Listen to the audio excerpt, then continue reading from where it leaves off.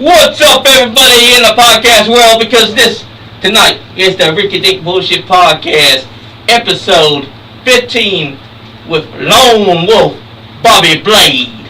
I'm back again. That's right, brother. And we got in the house. We got to my left here. We got Big Beard Dudley back after Cowboy Dudley took over his spot at the last watch party. What's up, podcast world? And to his immediate left, we got B-Money, four-time state champion. What's up? Guys, I want to give a quick shout to Sabu. We lost the homicidal, genocidal, suicidal, death-defying one earlier this week. And it is still weighing heavily on our souls. Always.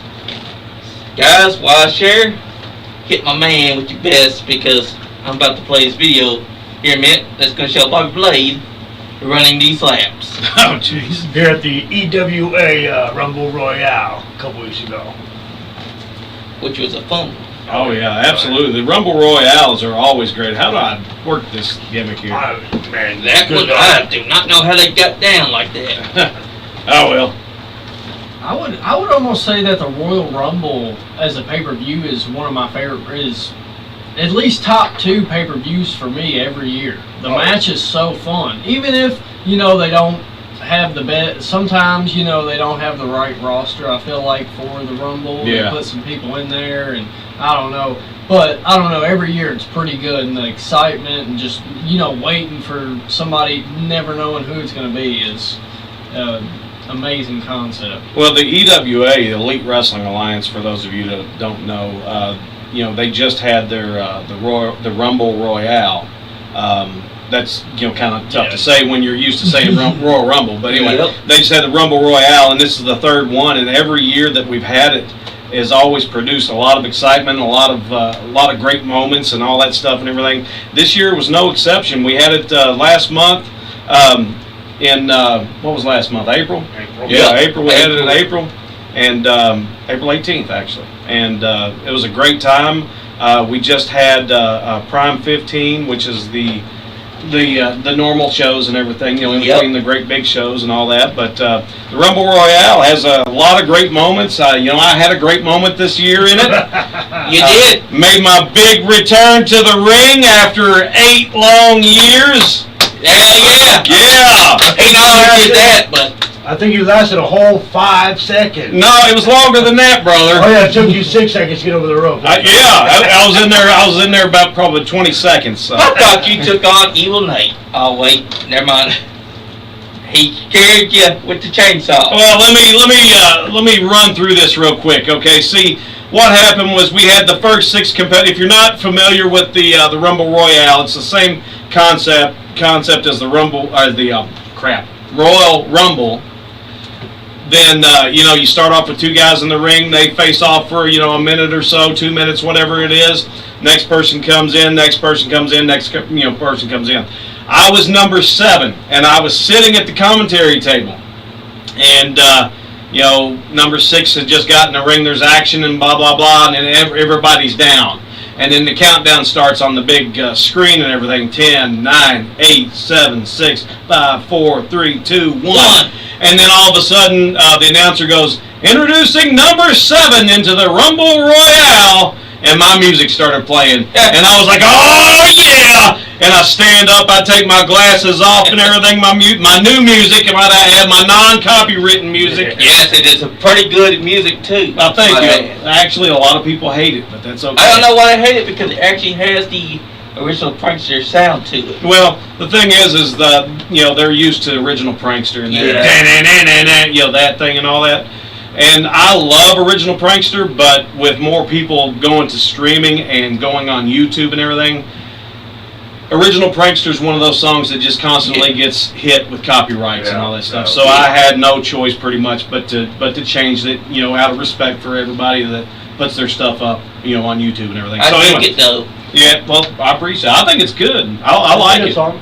But so anyway, it plays, and I get up, and I'm like, oh yeah. I take my glasses off. I step around the commentary booth and everything, and I'm sitting there, and I start strutting down the ring, and I take my jacket off. I fling it at somebody. I find the nearest ring post, and I start making sweet love to that ring post, and making sweet love to it, like it was my girlfriend, like it was my wife, like it was my future baby's mama.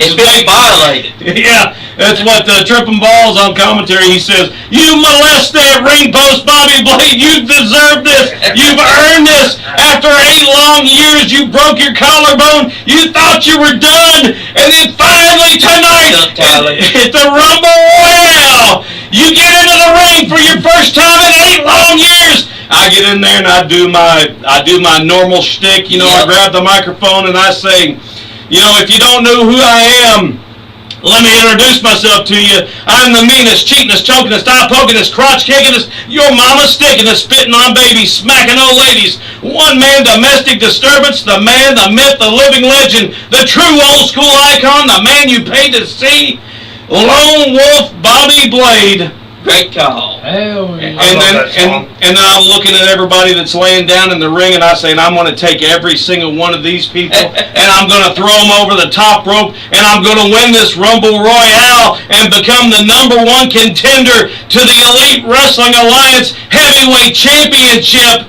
And then by that point, as I'm talking about that, the countdown behind me is going on the clock, and it gets down 5, 6, 5, 4, 3, 2, 1, and then I hear, it's a chainsaw revving, and out comes Evil Nate, and I look down the ramp and I see Evil Nate there with a chainsaw, and I look at him and I was like, now heck with this, I'm out of here. I set the microphone down and I go find the nearest corner and I climb up so sveltely and so coercively, if that's even a word. It's the greatest timeout ever. Yeah, elegantly. I step up. I'm not going to mention the fact that my belly was trying to pull me over one side while my lack of balance was trying to pull me back into the ring, but I made it up over that top rope and back down to the ground, and I said, I am not a crazy man, and I went back to that commentary booth and I put my headset back on and I listened to the announcer say, Bobby Blade has been eliminated. And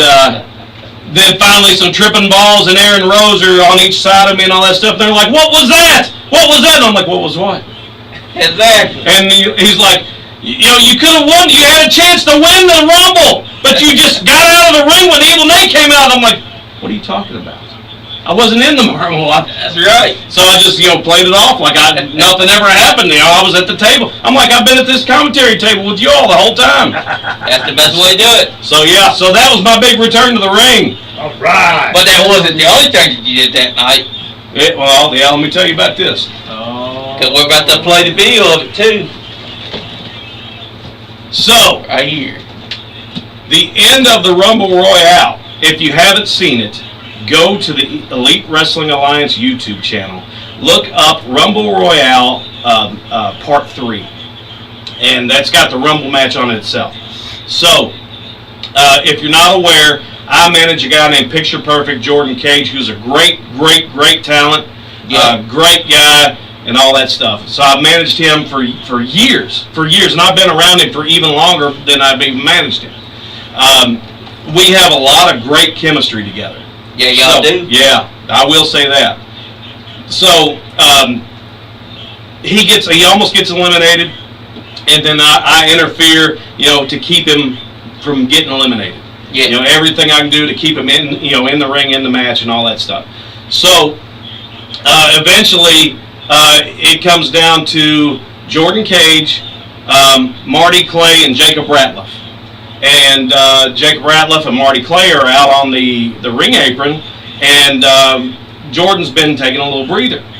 So he sees this, and he sees them from behind. He comes in, bips them both. They both go flying off of the ring apron to the floor. Jordan Cage is declared the winner. Yep. And then I get in the ring, and I help celebrate with him. He's the #1 contender for the EWA Heavyweight Championship at this point. Can call his shot pretty much for any night that he wants a shot at the title against the champion is Omega.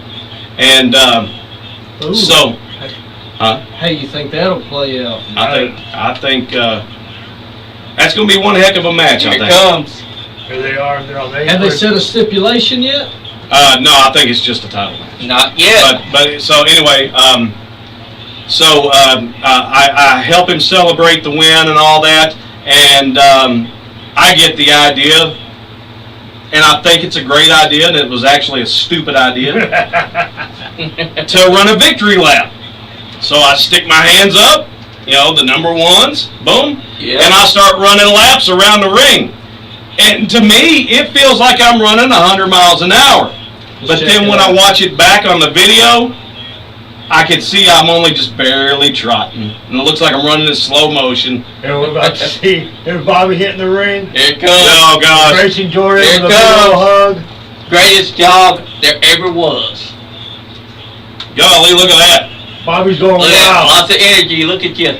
You're That's- wild for your that's- friends. That's the most energy you'll ever see me have at 51 years old. And now here it comes. Here it comes. You're gearing it up. Yep. There he goes. There we go. Oh. Oh, I'm already blown up. Look at Look, I'm already sucking wind. Look at that.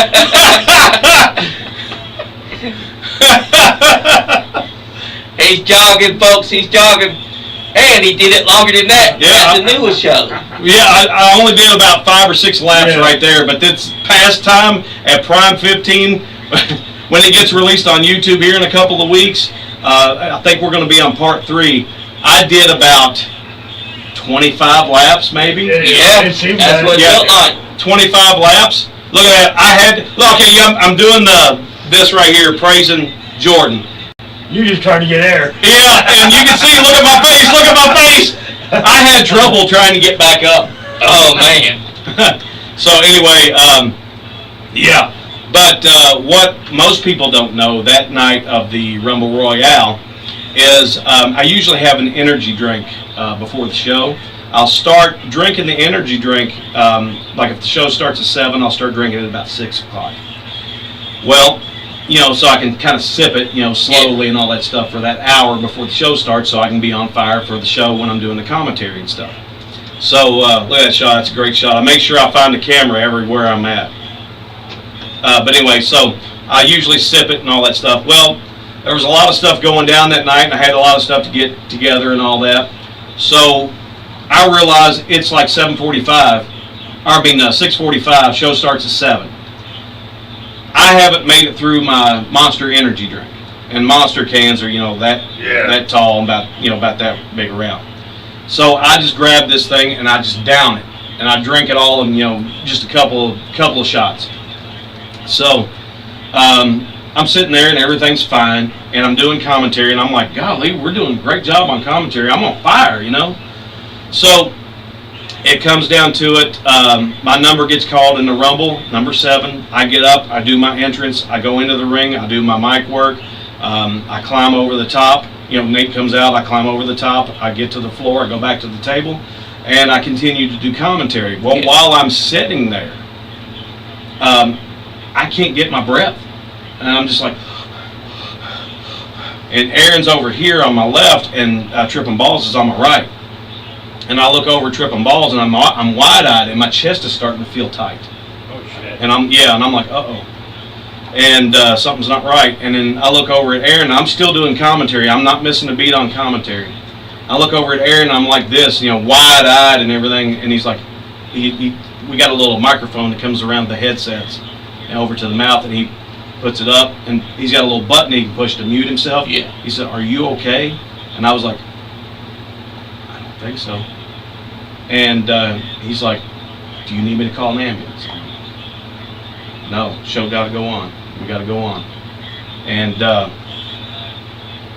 it felt like, with me not being able to get my breath and with my chest tightening like that, it was tightening right around my heart.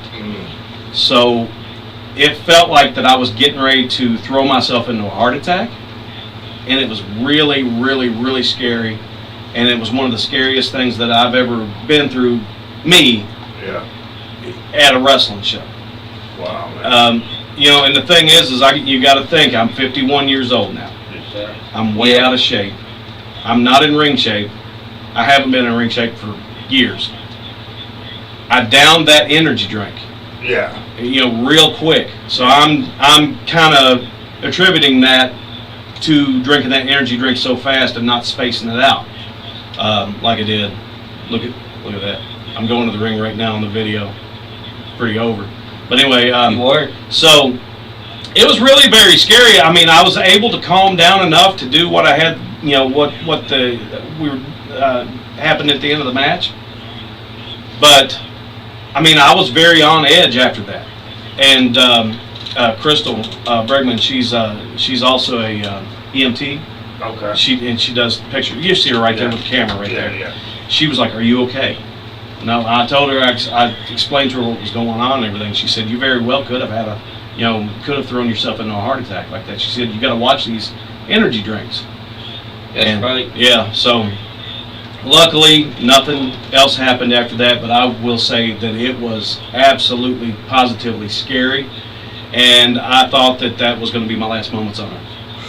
Oh, dang it. Yeah. So, but luckily I'm still here. That's right. Is this made out of wood? Yep. Okay. Knock on wood. But anyway, yeah. So that was that. So that was a great night. Have you looked into mushroom coffee at all or anything like that? I Get off of energy drinks? Somebody brought that up. But actually, this past time at Prime 15, I went back to Red Bull because I switched from Red Bull, never had any issues, and went to Monster. Didn't have any issues with Monster until I gulped it down real quick. Yeah. And then I went back to Red Bull and drank it slowly. No issues whatsoever. So, but I will say that it was definitely scary. I'm glad that I didn't have a heart attack. So we didn't want to lose a legend. Yeah, well, I wouldn't say a legend. I'm just some guy that didn't quit. You're a legend to me. Well, I appreciate that. But yeah, and we're watching the video right now of me doing my thing, going into the ring for the Rumble Royale and then going over the top and then going back to the table. And I did nothing right there physical whatsoever that would trigger anything. Exactly. But I don't know. It was weird. It was a scary feeling and everything. And I'm glad that nothing came out of it. I'm glad that nothing happened and all that stuff. And I'm glad that I was was able to live to see another day. Because it very well could have been bad news. Yeah. It could have. But you're here and you're being honored this Saturday night. Absolutely. At Generation Next Pro Wrestling, the Bobby Blade Appreciation Night. Yep. But I've noticed something. What's that? It only says it's appreciation night for the fans to appreciate you, but not Generation Next to appreciate you. What's up with that? I don't know. I mean, they haven't told me if they're doing something or not. So I don't know if they're doing something or not, or if it's just, hey, come up and meet Bobby Blade or something. So we'll find out Saturday. I know I'm very excited about it. Saturday night, right there. The venue has changed. It was originally going to be at Marshall Park. Yep. It was going to be an outside show in Georgetown, Kentucky. However, there's going to be some bad weather this weekend, supposedly. Yeah. So they moved it inside to the, let's see, where is it? Is the Georgetown Middle School, 730 South Hamilton Street, Georgetown, Kentucky. Doors open at 6:30. Bell time is at 7. Front row tickets are $20 for ringside. $15 or front row is $20 for front row. Ringside is $15, and the bleachers are $10. So make sure you're there to see Lone Wolf Bobby Blade Appreciation Night. The name of the show, it's good. Generation Next Pro Wrestling Homecoming Stampede is the name of the show. In the main event that night, you're going to see the Generation Next Pro Wrestling Heavyweight Champion Corey Calhoun will defend against the Ghostmaker Drew Dillinger, and that's going to be one heck of a match right there. Drew Dillinger is a former 2-time Gen Next Pro Wrestling Heavyweight Champion. We're going to see if he can make it a third time. Yep. Corey Calhoun just won the title a couple of months ago. Hell yeah. And won it from Kellen Craven, who won it from Jackie Thad earlier that night. So I remember that. Yeah. Because Kellen Craven held the title back in 2023. Yep. Lost it. And he held it for a while, but he lost it again this year. Yep. Jackie Thad had a stranglehold on that, lost it to Suicide for a couple of months, won it back from Suicide, Nice. and then lost it to Kellen Craven. And then Corey Calhoun had the contract earlier that night.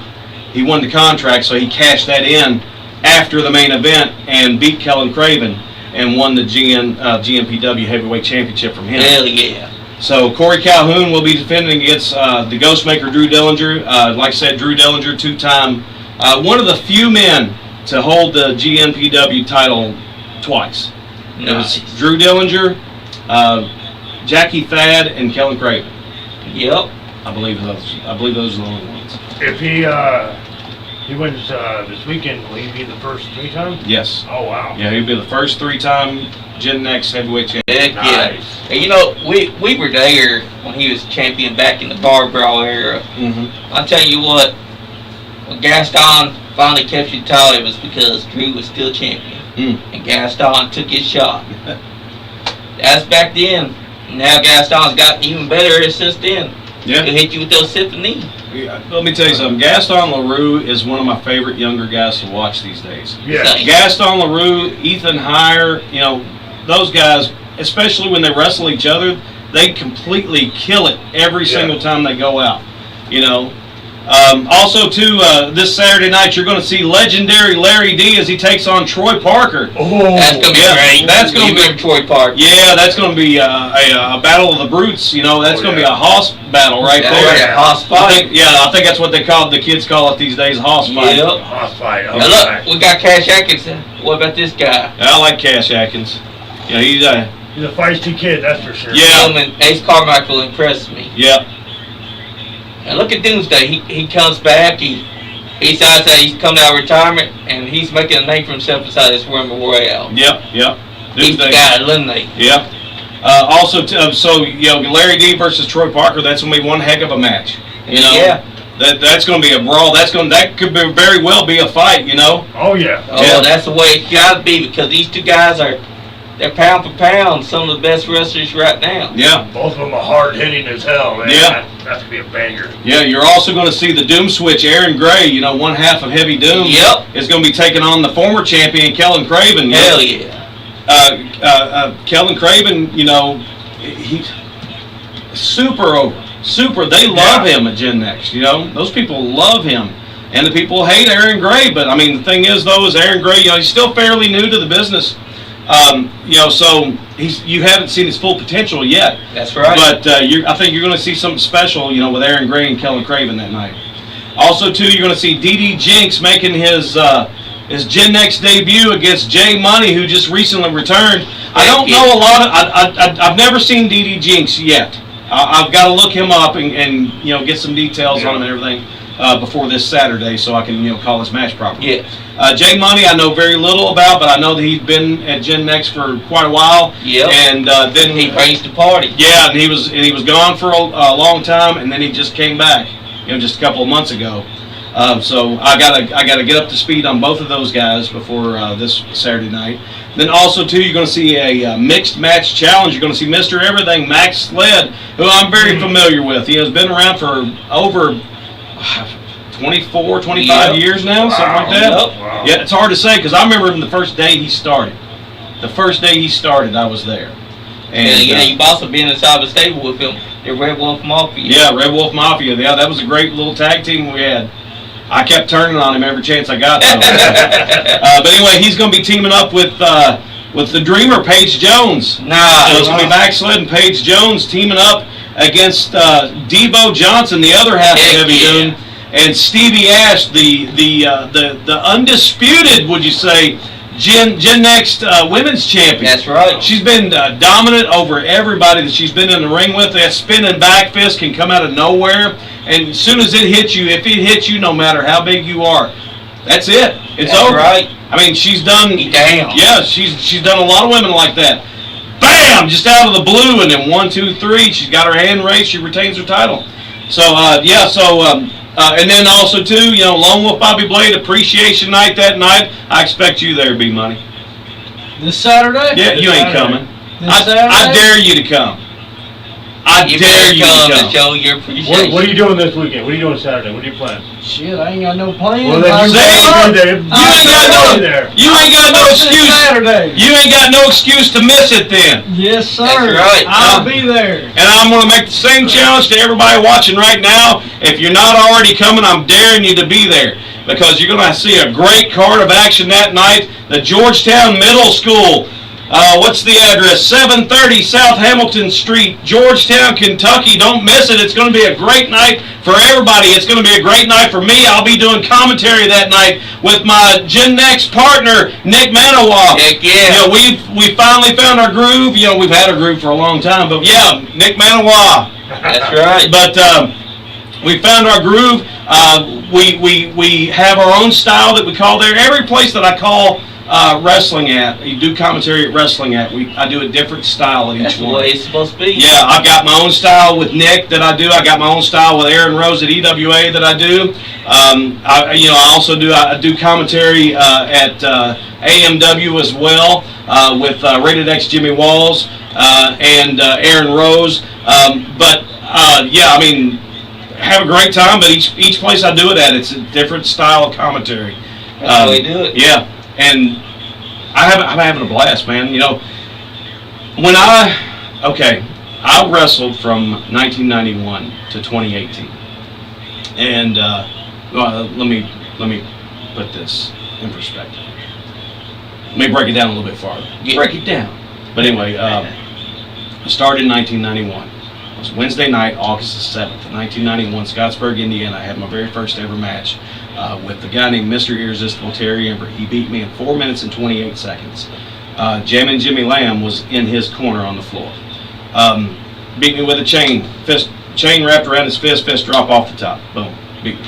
Great stuff. So, I wrestled consistently from 1991 to 2013. I had my first last match in 2013. Then I stayed around as a manager for one more year, 2014.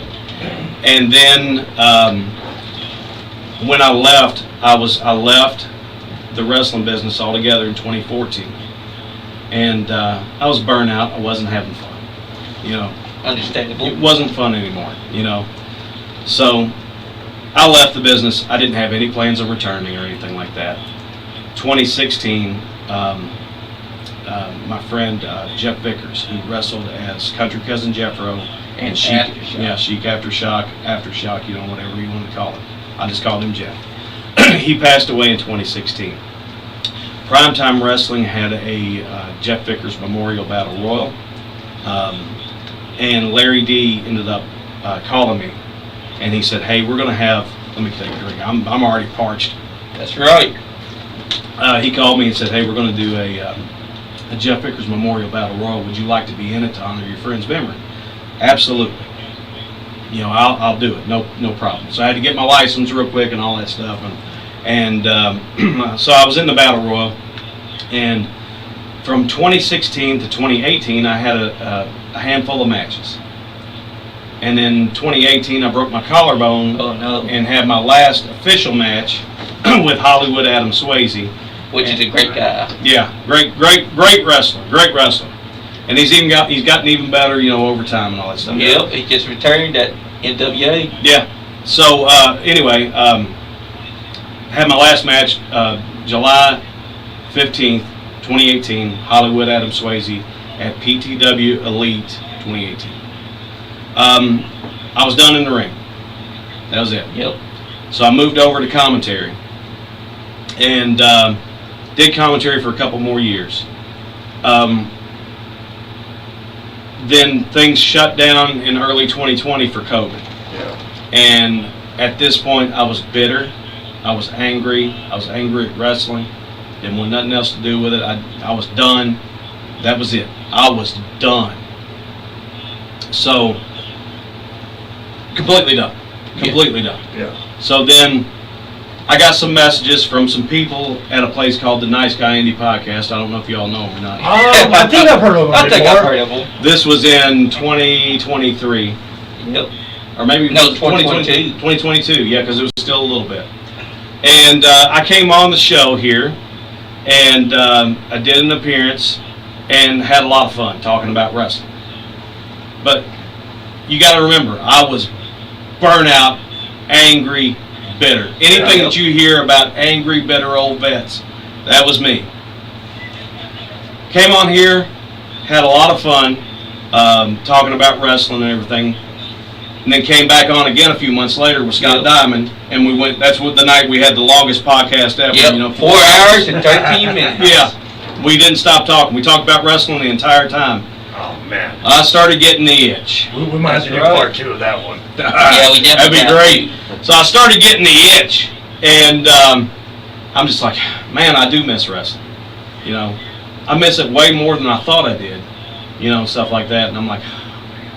So the more I thought about it, the more I got the itch. And the more I got the itch, the more I wanted to get back into it. But I didn't say nothing to nobody. And then Tiny, Aaron Rose, called me. And he said, hey, he's like, hey, Bobo. He's like, there's a group that's starting up called the Elite Wrestling Alliance. And they're going to have their first show here in, the next, I don't know, next month or something like that. And he's like, the commentary team is supposed to be me, Aaron Rose, and DJ Otis Badass. Yeah. But Otis is not going to be able to make the first 3 shows. And he says, is there any way that I can convince you to come back long enough to fill in for him for those 3 shows?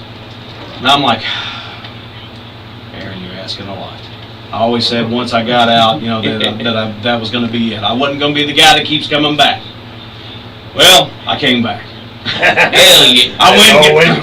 I went and got my license, and I sent him a picture of it, and I said crap. And that was all I put underneath was crap. And he sent me a message back, said yay! I still got the message on my phone. So he calls the powers that be at EWA and says, Bobby's in. We got him for 3 shows. Okay, great. So I go do the first show at EWA. And everything went great. And I had a lot of fun. And the first show for EWA was the very first Rumble Royale. I'm like, that couldn't have went any better. That was great. Yeah. And not to mention you were also part of New South before that. No. New South came after this. Oh, it came after? Yeah. Oh, yeah. So, so Tiny calls me again after that first EWA show, and he's like, well, the commentary team over at New South Wrestling in Lawrenceburg is me, Aaron Rose, and DJ Otis Badass. Yep. But the same thing applies with Otis over there. He's not going to be able to make the first, the next, 3 weeks or whatever it is. Can you fill in for him? And I'm like, dang it, Aaron! Because my thing was I was just going to do these 3 shows I was going to be at. Yeah. So I go to New South, and that went amazing.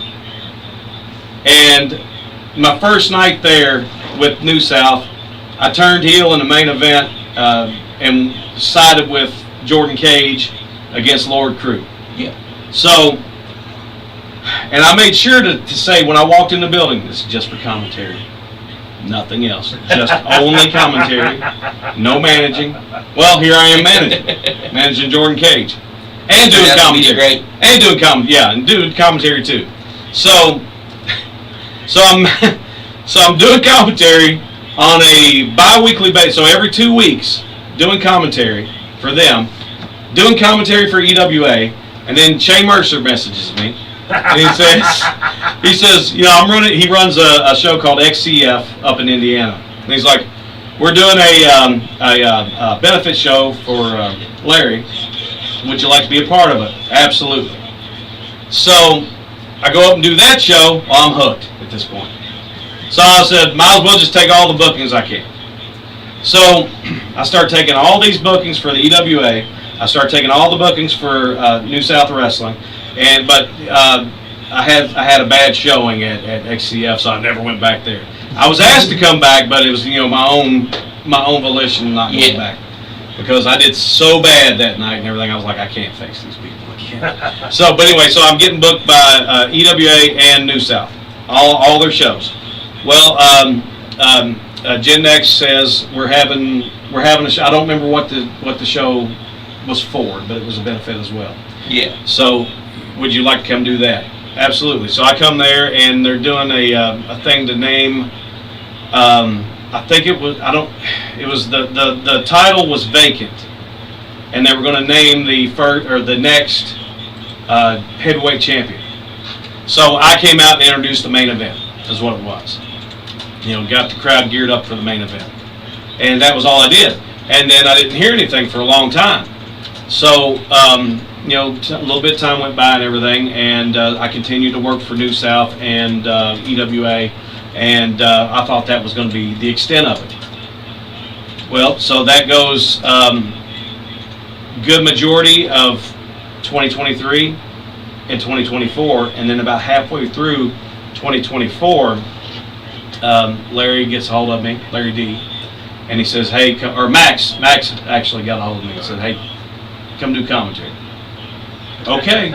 So now I'm on all the Generation Next Pro Wrestling shows. So now I've got all of GNPW, and I've got all of EWA shows, and New South had shut down by this time. Yeah.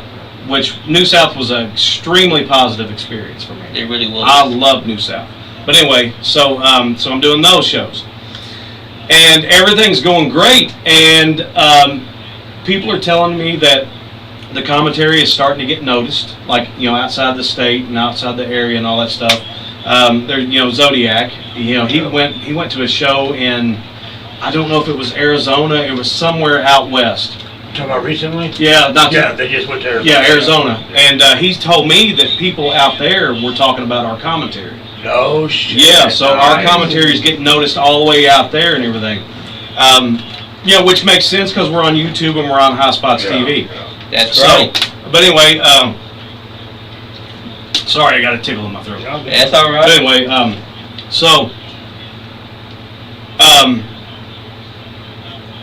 Appalachian Mountain Wrestling has been around for about 9 years. They have great shows, right?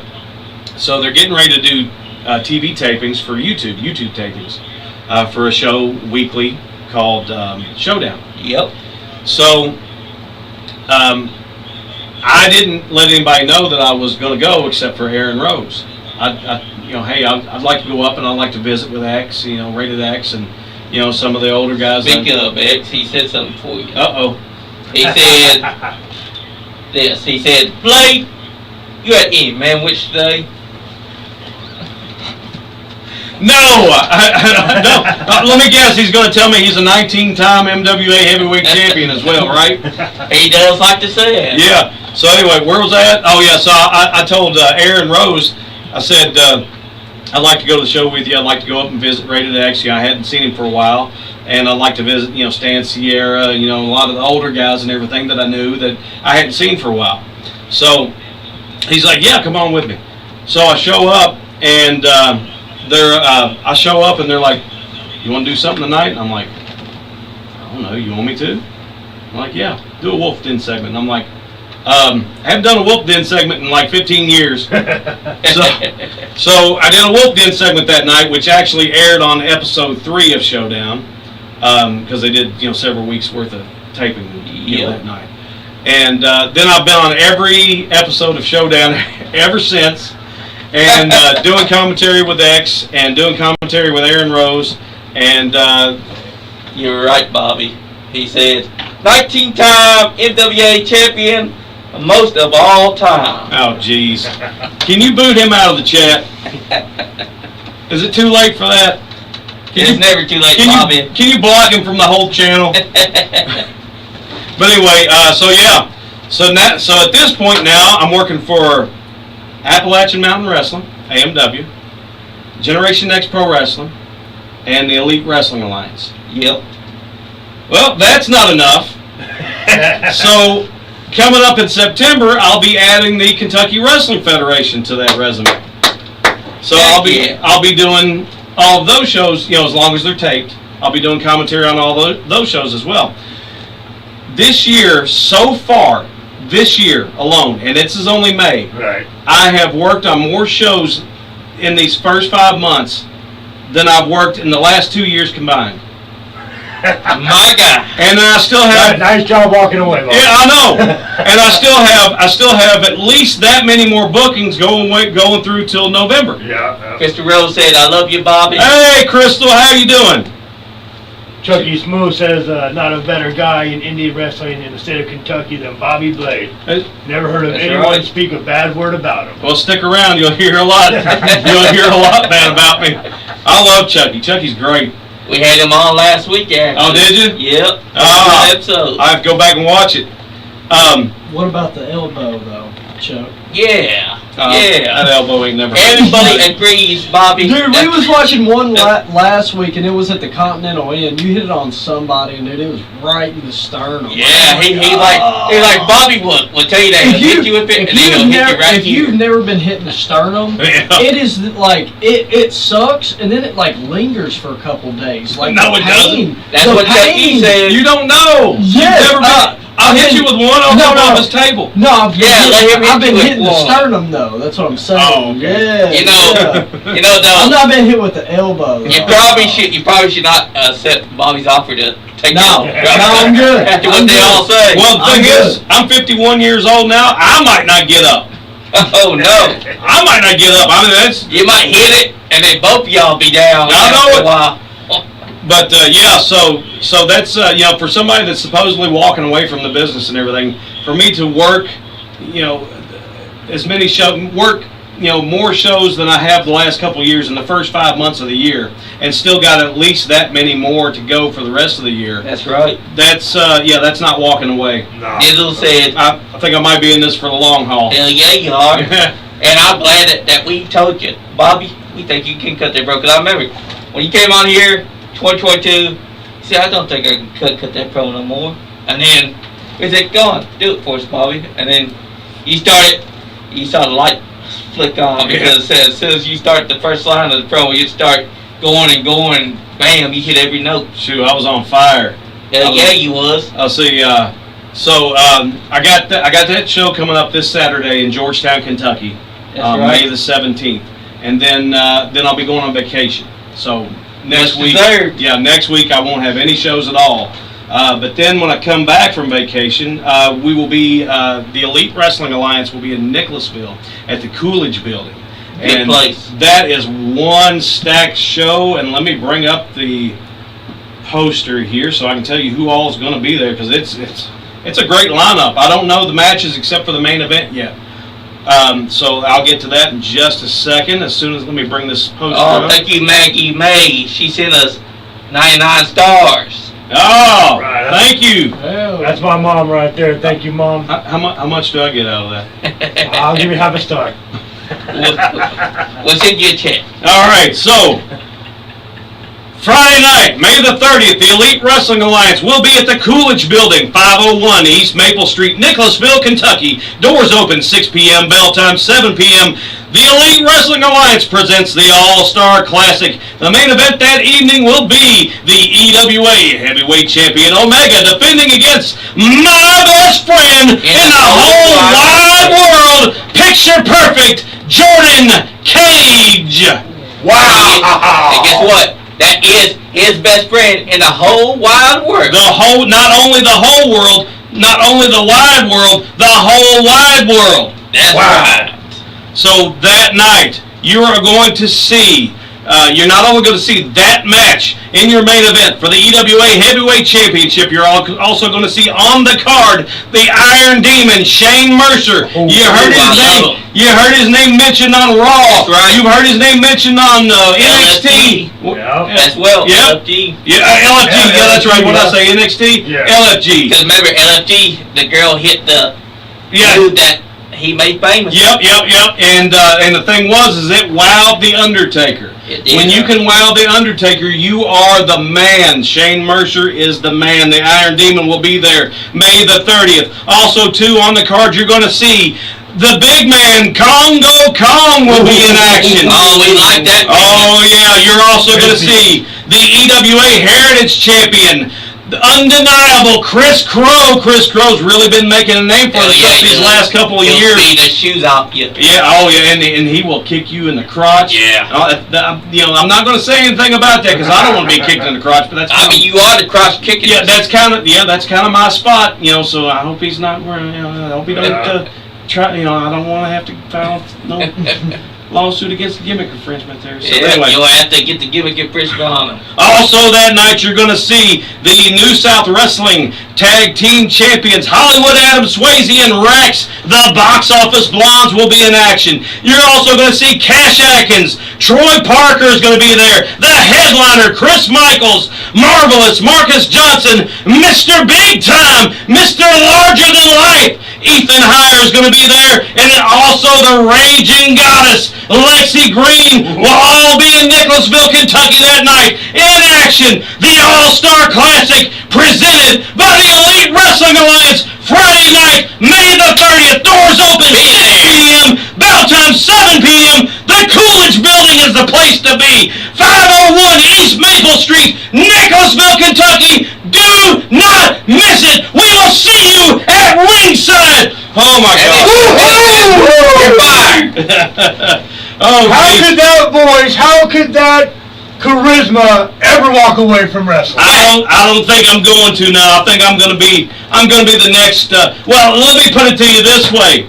Rated X, the last time I did commentary with him, he said he was the Lance Russell of the commentary team, and he said I was the Dave Brown. I think it might be a little bit the other way around. I was the Lance Russell. He was the Dave Brown. Tony Presley has called me a young Tony Schiavone before, and that's much appreciated. That's one of the best compliments that I've had since becoming a commentator. Yep. So, and I've gotten so much positive feedback about my commentary. And the thing is I wouldn't be able to do this without such great partners. It's not just me doing commentary. It's also at the EWA, it's me and Aaron Rose, and then me and Aaron Rose and Trippin' Balls. And then at Generation Next Pro Wrestling, it's me and Nick Manawa. And then at AMW for a couple episodes at least, not these past 2 episodes that just aired on Showdown. But it was me and Rated X Jimmy Walls, and we had the time of our life doing it.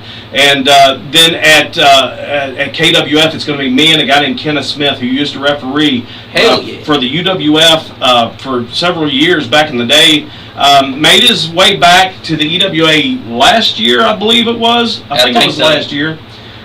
And didn't stick around, but he's making his way back and going to try his hand at commentary and all that stuff. So that's going to be something new for him. But anyway, these guys, Tiny, Aaron Rose, if you don't know who Tiny is, Aaron Rose and Nick Manawa, I'm learning something from them every single time that I go to do commentary with them. That's right. They're great teachers. They're tremendous teachers.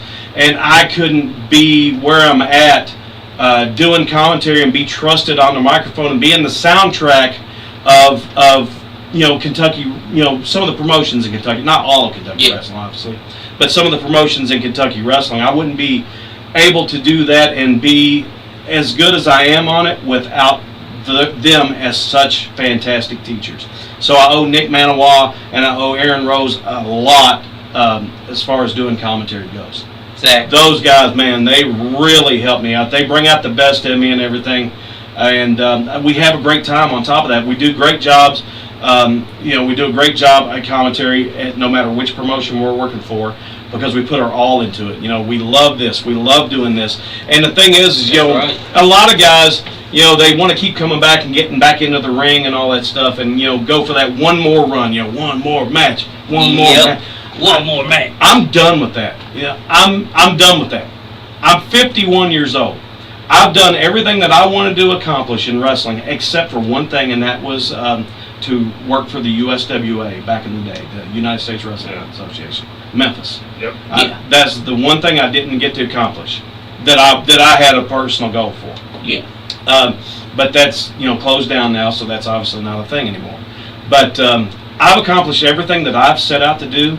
The thing was when I started in 1991, I wasn't supposed to last. I was always the guy that people looked at and said, "You're not going to make it. You're not going to last." Well, obviously I didn't make it big time, but I was able to stick around this long. Right. So I have I have longevity, in me and all that stuff. So, that was with constant reinventions and stuff like that. Every time something would get stale, I'd reinvent myself. And so to kind of keep, kind of like what Chris Jericho does. And how Undertaker would do it. Undertaker would do the same thing and everything. But I would do the same thing on a much smaller scale, obviously. But I'm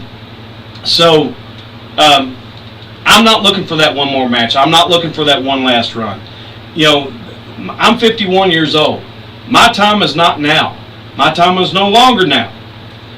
The time now belongs to the younger talent. Yeah. Let the younger talent handle the in-ring stuff. Just let me provide the soundtrack to their careers. Yeah, that's right. There you go. And you're never too old to learn either. And like I said, every time that I do commentary with Nick or Aaron, I'm learning something. And hell, they might even teach you some production value too. Hey, I'm trying to learn. I'm trying to learn from Aaron. I'm trying to learn from Aaron. Yeah. So anyway, the EWA, Aaron's got this setup that he takes to all the shows that he's booked on if they need them, and it's got all this equipment and everything like that. So EWA has bought that same style of equipment, I believe. Yeah. So Aaron is showing me slowly. I'm trying to pick it up as I go and all that stuff because I'm a slow learner now. So, but he's showing me how to set things up, how to hook things up, and stuff like that. So, in case I'm at an EWA show and they're using their equipment that night, I'll know how to do it and how to operate it and stuff like that.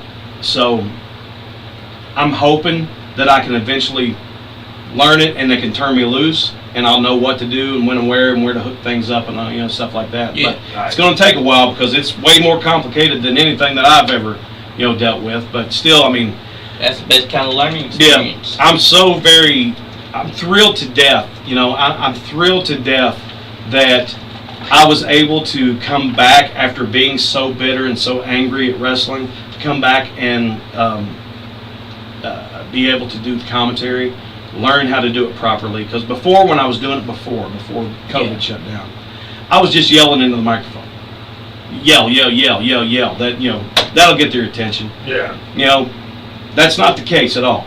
You call the moves, okay? You call the moves. You call the match, what's going on in the ring. You talk about the backstories. You talk about the history of the wrestlers in the ring and everything like that. And then if there's any gaps, you fill in that gaps with what am I looking for here? Anecdote. With conversation. Yeah. Exactly. So it's like, say if we're at an EWA show, me and Aaron Rose are doing commentary, we'll call what's going on in the ring and we try not to miss anything. Yeah. And I know that we do and everything because we get caught up sometimes. But anyway, we call all the moves that are happening in the ring. We tell the history of the match. We tell the history of the wrestlers in the ring. And then also, too, we'll have conversation to fill in any dead air that we have. So we constantly, are talking a good, 99% of the time. So, and that's really been appreciated by everybody, by promoters, by the wrestlers. I can't tell you how many times Gaston LaRue has messaged me and said, you guys you do such a wonderful job on commentary. I appreciate you all so much. And thank you. I do appreciate that. That's the best compliment that I can get nowadays is we enjoyed your commentary. Yeah. Marty Clay told me, he said, sometimes I'll just turn on a show and let it run while I'm doing something just to listen to you all do commentary. Nice. So I'm like, that's what I'm talking about. That's awesome. That's a praise. And that's our champion too. I'm praising you. Yeah. It shows that he knows where the money's at. That you gotta give to the gab. And not only is he the Nice Guy Indie podcast champion, but he's Appalachian Mountain Wrestling champion. Yep, that's what I was getting ready to say. But Marty Two Belts. Yeah.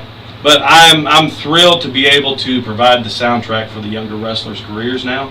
As long as they're in, coming through the area and stuff like that. I love it. There's no thrill. Honestly, when I first started, people didn't film like they film now. Right. Yeah. They didn't have the commentary and all that stuff. It was just, set up a camera, 40 feet away from the ring and hopefully it gets everything in action, Yeah. But if they filmed then like they do now, I would have went straight for a commentary spot instead of wrestling. I would have went straight for that. instead of wrestling. That's a high honor right there that you're talking about. Yeah. I Because if they did have camera work like that back then, you would have been on a commentary, would have tore it up as a great commentator. Yeah, I appreciate that. Look at me right there. I don't have my glasses on. Cameraman standing right in front of me. We're watching episode 3 of AMW Showdown right now. This is the debut of the Wolf Den 2025. Because there is a difference between the current Wolf Dens and the previous Wolf Dens. But I have my glasses off. The cameraman, Dylan, is literally probably 5 feet in front of me. I can't see him. Oh, man. I have no idea. Dang. I can't see him. My eyesight is horrible. Hey, but that's okay because it looks like you can see him just by how you're talking. Well, he's got a light on the camera, and I just kind of like look at the light and all that stuff. So Hey, that's a smart strategy for someone that's blind. yeah, but yeah, I'm like I said, man. You know, I would have went straight for commentary right off the bat. I would have skipped wrestling. I would have skipped managing. If it was up to me, I would have been just a straight up commentator this whole time for the last 34 years. You know. But then we wouldn't have gotten the famous Bobby Blade elbow drop, the famous Bobby Blade cutter. Yeah, but maybe if I didn't do all that, I could walk today. Hey, you're right. I walk with a permanent limp now. And it's not just because I'm fat. Because my hip's messed up. Jeez, oh Pete. It's because you were dropping the elbow off aprons and hitting the ground too at the same time. Dropping the elbow off the apron like an idiot. Hey, Show after show after show. Golly. I think the elbow drop was great though. Well, the thing was, it was great. It was a great visual. The thing was the people got to expect it, and when I didn't do it, they booed. And so I had to do it. Is it the same Mick Foley elbow? Yeah. Oh, I do it. Running down the ring apron and jumping off and boom. Oh, Honestly, that's my favorite kind of elbow drop because when he hit it, I could see the inspiration as well because you were hitting it the same way. Well, the funny thing is what made me feel so good about it was, you know, not only the reaction, but every time I would land on the guys and hearing them go, "Ugh!" was the best feeling. I always felt so proud of myself. I hit it on Donnie Green Jr. one night, and he was face down, and I hit it in his back, and he's like, I thought you were going to break my back. I'm like, I wasn't trying to, but if it did, you know, just go with it. That's right. If his back breaks, his back breaks. Yeah. And that's why Chucky Smooth said, "Fuck Bobby Blade's elbow drop." He did you stand there and leave you. Did he say that? Did he say that? No, but along the lines he could have. Oh yeah, yeah. He said that you said that you hit the sternum, and he's like, "Ooh, it's hurting for weeks." It would drive all the air out of my opponent's body, and their face would be all beet red and everything. That's what you want. And That's what you want. That's yeah. the point of the match. I'd get up and I'd go, ha! nice. And that's why they all say the worst move they've ever taken is a Bobby Blade elbow drop. It wasn't that bad. It would be for me now. I wouldn't. You know, the last time I hit it was on Hollywood Adam Swayze in 20. What am I boring you? No, sir, I've been at work since 5 this morning. Oh my gosh, 5. Yes, sir. Oh jeez. You can never bore me, man. so anyway, what was I saying? I forgot what I was saying. You said that you hit your last elbow drop on Adam Swayze. I hit on Adam Swayze, and it took me some time to get up off of the ground. And I was like, yep, that's it. I was gonna have one more match after the Adam Swayze match. I was gonna do a War Games match. Yeah. But I broke my collarbone, and I was like, that's it, I'm done. That's it, I'm done. How'd you break your collarbone? Taking a Sister Abigail.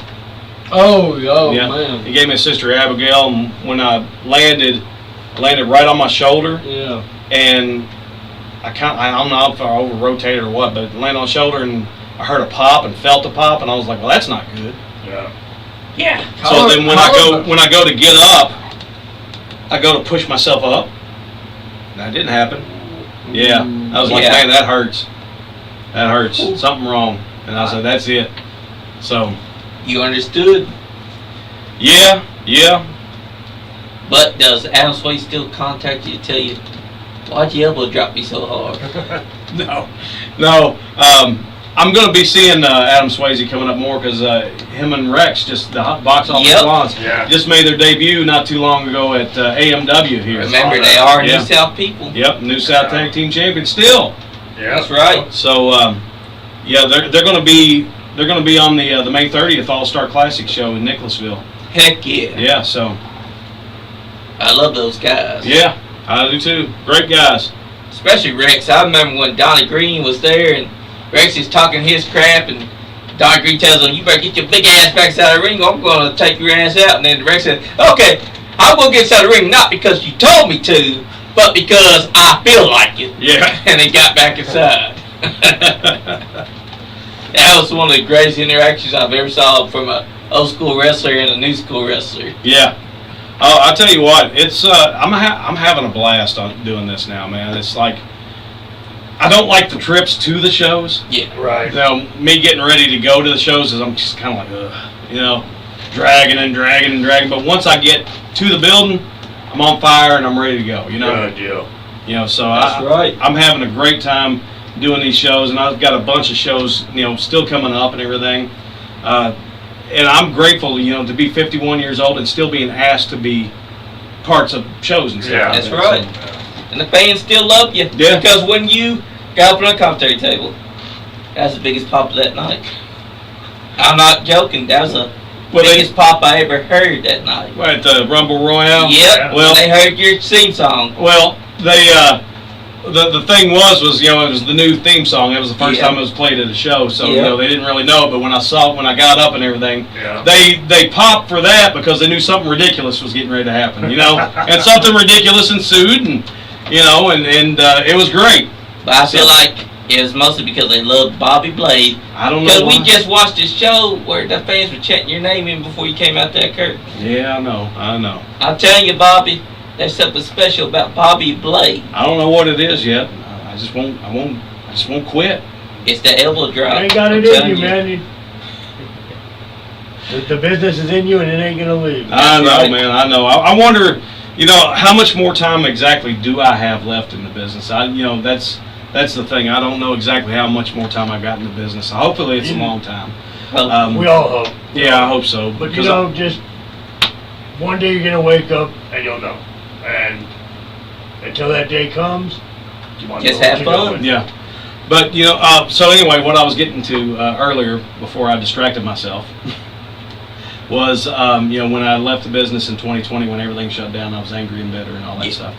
I'm glad I got to come back and have this opportunity to do commentary and actually have fun and have a great time with it and everything. So I'm getting to end my career on a positive note again. That's right.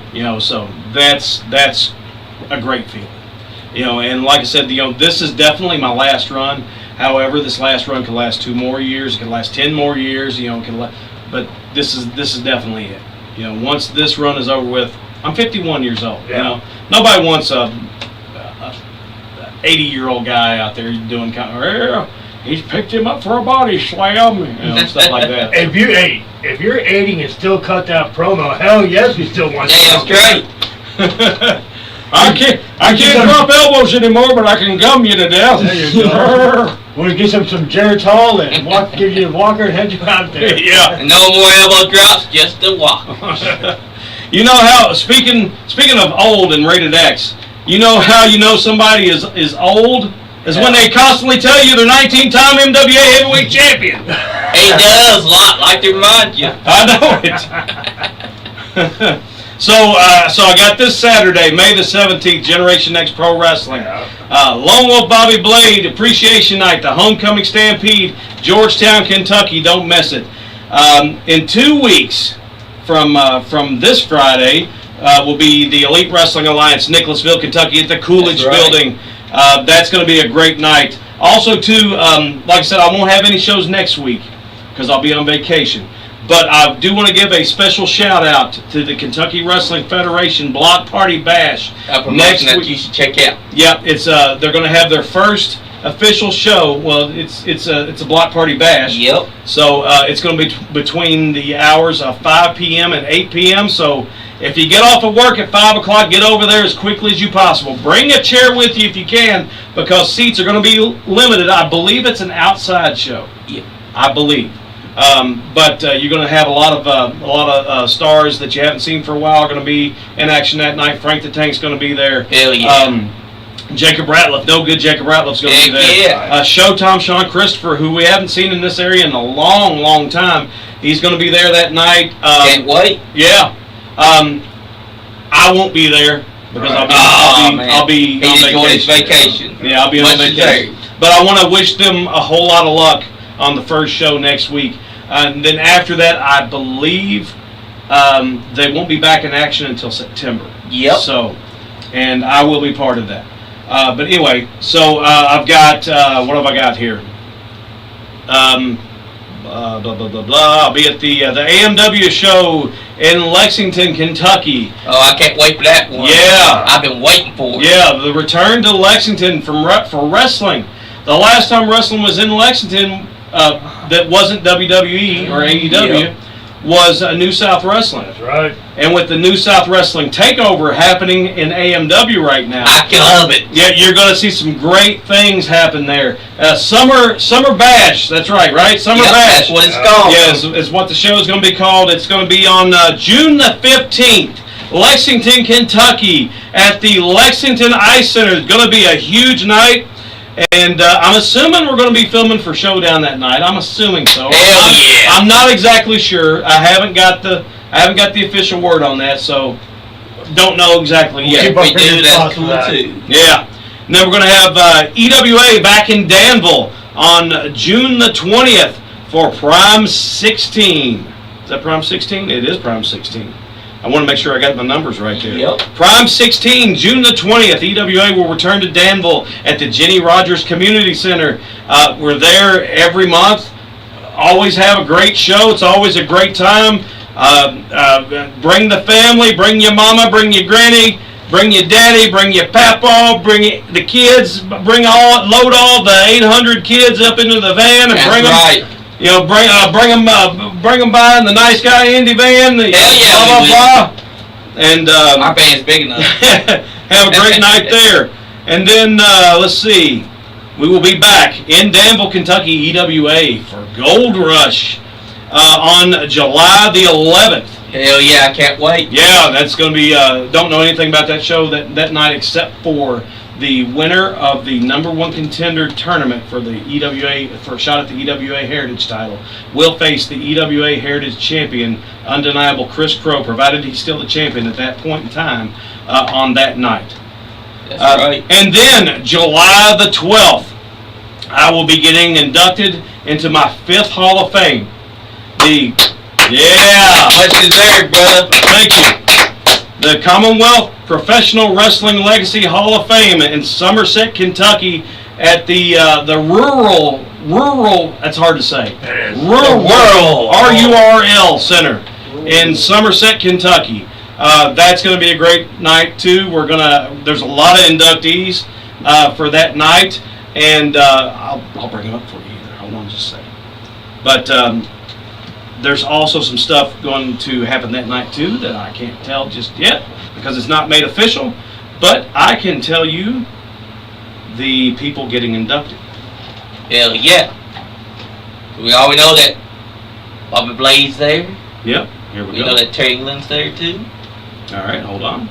We have James Kendrick, Mike Woody, Jonathan Barnes, Professor Bear, Terry England, and Lone Wolf Bobby Blade, and then there's another headliner that's to be named soon that we don't know just yet.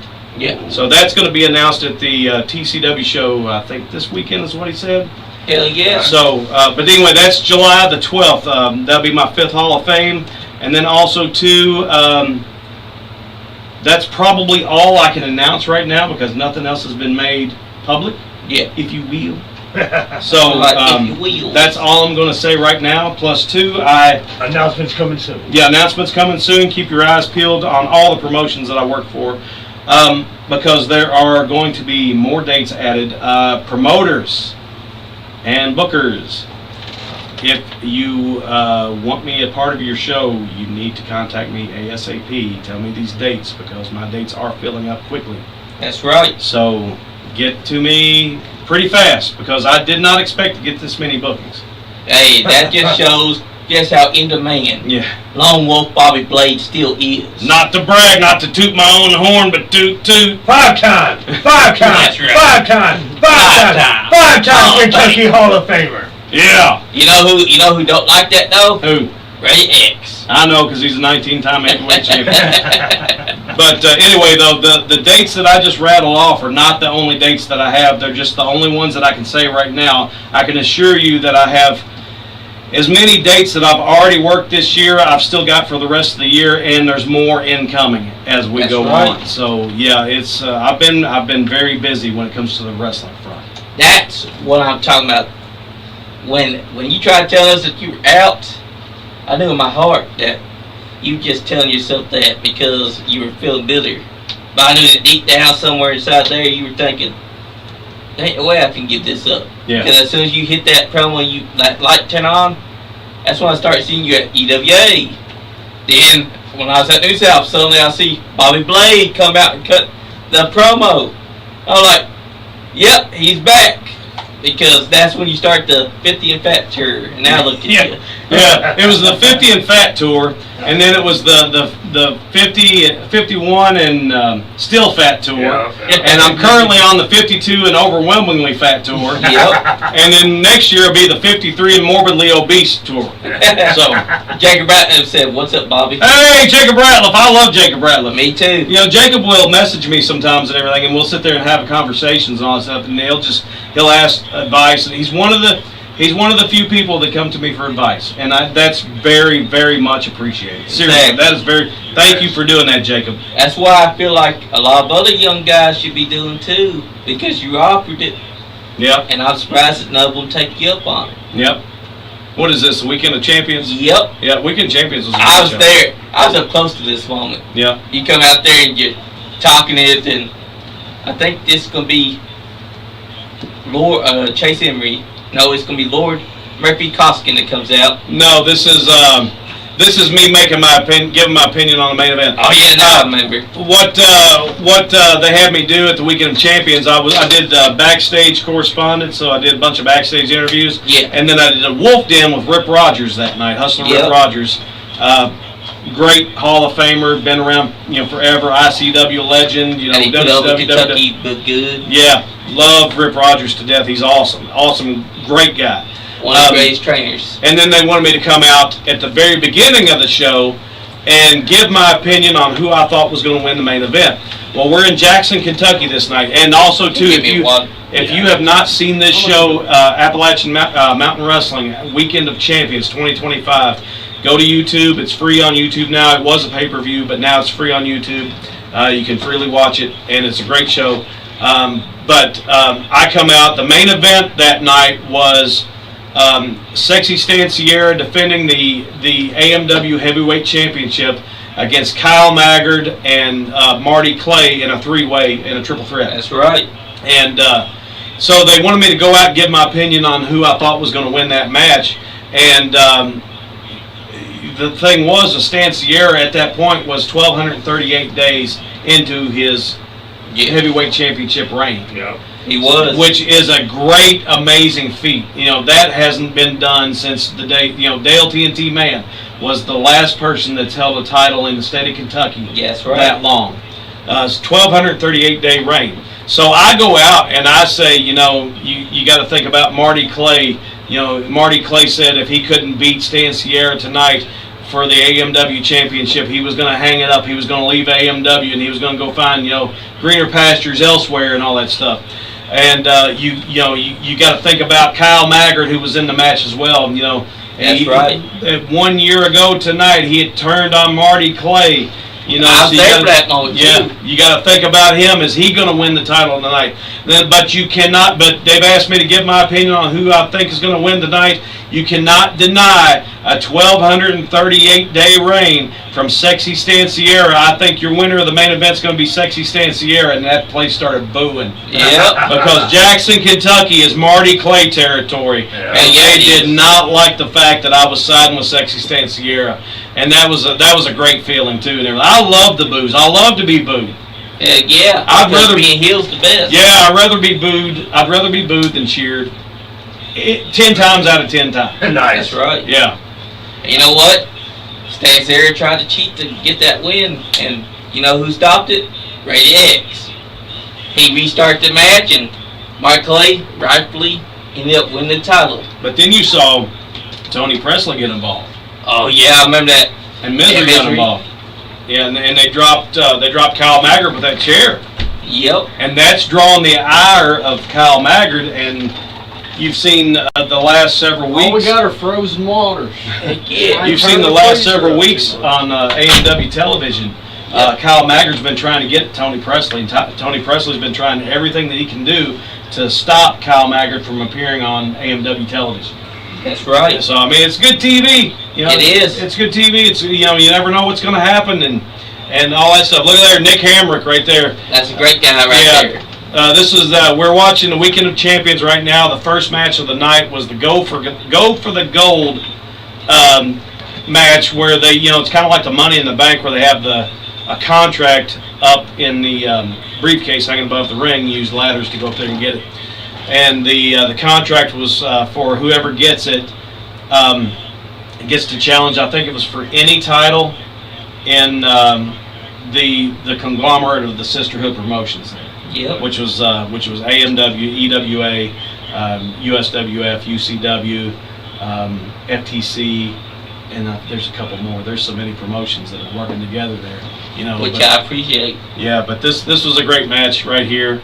Jacob Ratliff's over here just putting you over. Yep. Is he? Oh, He yeah. is. Oh man, I He love said- Jacob Ratliff. He said, more young guys should ask you for advice. You have helped me out tremendously.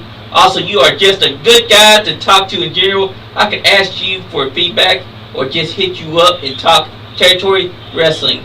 Bobby Blade is a true legend and a great guy. Oh, thank you. I very much appreciate that, Jacob. Seriously, that's a great compliment. As far as advice go, I can give advice. I didn't say it could be good advice though. That's right. But hey, the young guys should definitely be hitting up the older veterans, because what better way to get experience than to ask and learn from their Absolutely. learning tree? Absolutely. The thing that here's the thing. I'm gonna get on my soapbox. All right. And so here's the thing. The wrestlers of today are more athletic than the wrestlers of my day were. Yes. Yeah. They can get up and down. They can go. They can do all this stuff. Spot fest and whatever you want to say and all this. They can do all this stuff. They got us on that. Yeah. In the ring, hands down, they're better than us. Yep. However, my day, I think we had better crowd work, mic skills, promos and stuff like that. We got them in that. We told stories. Yeah. We told stories with our mouths and stuff like that. Now, I think that what wrestling today, and this is my opinion, and I don't mean to offend anybody, wrestling today, in my opinion, should find a happy medium where the new school guys and the old school guys can come together, and everybody listens to everybody, and they blend both styles together. What we did back in the day, the guys of today don't necessarily do. What they do now, the guys back in my day don't necessarily do. Right. We could have benefit, from being a happy medium. That's right. Take the action of today mixed with the old school storytelling of from back in the day and all that stuff. I think we had personalities that were larger than life, and I believe that that could be applied to the wrestlers of today. Sure could. Yeah, but I mean, everything else keep the same. Because their in-ring action is better. Yeah. Yep. But I will say the one thing to change is doing too many high-flying spots, because the fans ain't gonna remember the spot that you just did, Clip, you just did another one. Yeah, You gotta cut back on that too much. That's true, but I like wrestling. I love wrestling. Me too. I love wrestling of all styles, whether it's old school wrestling, from Memphis, whether it's new school wrestling from current times and all that stuff. I watch hardcore. I like it. Stuff. Anything. I like it all together. However, I like the blend of it all. Yeah. Me too. I don't like just strictly just everything's hardcore. I don't like everything's all new school. Everything's all old school. I think there should be something on every show for everybody, to where anybody that buys a ticket to come in to see your show is entertained by everything that they're seeing in the ring. Exactly. They can be happy with something that's in front of them at all times. Mm-hmm. Does that make sense? No, yes. It makes a very sense. Yeah. No, when you're describing that, one of the wrestlers that came to mind was Rob Van Dam. Yeah. Yep. Yeah. A hardcore wrestler, but could wrestle. Yep. He was a high flyer, had the martial arts background. And just incorporated the hardcore style in with his wrestling. Yeah, and the thing was Rob Van Dam, he could do the hardcore matches, he could do all the crazy stuff. He could do the new school spots, new school wrestling and all that stuff. He could slow it down and work old school if he wanted to. He could do promos, he's the complete package, He could do it all, and I would love to see younger guys get more of a out there approach as far as promo styles go. Does that make sense? Yeah. Have the wild and crazy promos. I miss the days of the Roddy Pipers. Roddy Piper cutting promo, and it's just insane. Yeah. And I know he's not one of the favorites today, and I know a lot of people hate him, but Hulk Hogan cut a great promo back in the day. Oh, he did. And Ric Flair with his promos completely out there and all that stuff. I think nowadays we do too much of such and such is a great athlete, and I'm so lucky to be in the ring with him. I just hope that I can, I hope that I'm lucky enough to be able to beat them. Yeah. Where's the conflict? Yeah. Where's the confidence? Smack your grandma on the front row. Yeah. And this is a thing that I see a lot today too, and a lot of people are going to disagree with this. Yeah. That's all right. And they have every right to disagree with this, but I'm seeing this as an older person. Right. I started watching wrestling in 1977, and I still watch it today as a fan. I'm a fan of it all. So when somebody wins a belt these days, okay, what they normally do is they get the belt and they cry.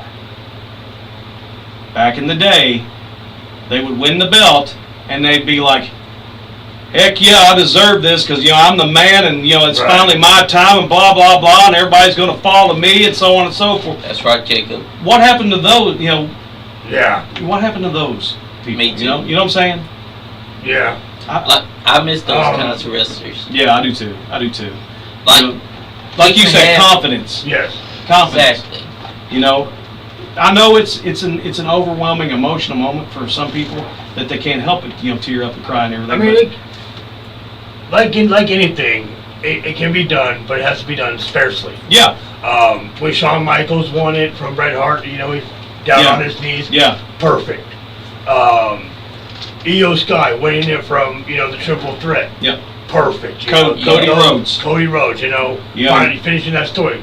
When those emotions come out, Yeah. When every champion's doing it, Yeah. It takes away from the feeling. Yeah. When every title win is an emotional moment, then no title win is an emotional moment. right? That's what I'm saying. It should have been. See, I told you guys. Yeah. What I've been saying this whole time. Yeah. Yep. Because when you win a title, it should be the most important thing that you've won. But don't let the emotion come in, because now you're confident. You're letting them know, I told you I was going to win this title. I earned the right to have this title. Big Monty's been sitting over there eyeballing me this whole night. I think he's wanting to try me. He does. He hadn't said nothing. What? Hey, you know what? Are you mad at me? I've been. No, you know what? He's thinking he can outrun you when he doesn't show up this weekend. Well, he can't outrun me. I will not deny that. He can't outrun me. He's going to try and drop the elbow on you, Bobby. Watch out. I'm 51 and fat. I don't know if anybody's noticed. You know that, Big Money's training to wrestle right now, right? Yep, that's what I heard. Yeah. That's He's what I getting in heard. shape, and he's gonna be doing it with KWF. Oh, are you? Yes, sir. Ah, Yes, that's sir. awesome. We'll see Big Money versus Tuffy Jr. one day. Oh, Yes, I want to see I've Big been Money talking. take that I've been chop. talking to Tuffy Jr. a little bit, trying to get him, more motivated to come in. But Yep. Now, Big Money, you know he likes to chop, right? You're gonna have to get a chop session in where you learn how to take it. He ain't gonna have a chance to get a chop on me, brother. His Are you gonna grab his arm and break it his off? arm's gonna be ripped off. I could do whatever I want, son. I mean, we're about to see, because when you and Tuffy Jr. step into the ring You're together, about to see. Ooh. You're about to see. You're about to see. Man, you're about to Hey, rip look. his arm out, ain't you? Yep, Big Money's gonna Tuffy rock. Jr. Hey, you know that Tuffy's going to be training Tuffy Jr., right? Yeah. Hey, Tuffy ain't no joke, man. He still ain't no joke. He's been out for a while, but he ain't no joke. He chopped me a couple weeks ago. Yep. This was after I let Tuffy Jr. chop me. He's been showing up at the shows here lately. You Yeah, never yeah, know. yes. I think that the itch is starting to get back to him. The itch After never leaves. We brought him on here, and I think the itch came back to him. See, you guys are the catalyst for a lot of the older guys and everything coming back in. Who let you guys leave, man? We want the ladies to be able to get their We're trying to. stuff to it. Oh, man. There's still a lot of left on the table, man. There's some fans who still haven't seen you. Well, let's clear this table. It's all about table legends, because you guys left, but you got to remember, NWA is still talking about to this day. Yeah, that's the thing. Yeah, the Mountain Wrestling Association, okay, it was around for 43 years. They ran from December 1969 all the way up till 2013. So, 43 years, almost 44. Didn't quite make it 44, but it made it 43. The MWA has been gone since 2013, and it's still finally talked about. People still ask about the MWA. They still talk about it. And when they talk about it with respect. Yeah. They talk about it with excitement, and they talk about it with passion and love and everything, because for a lot of the people that are still alive, that used to go to the MWA shows back in the 90s when I was over there in Georgetown, Yeah. I still get asked about stuff that I did back then. So they remember everything, they don't forget, things That's like right. that.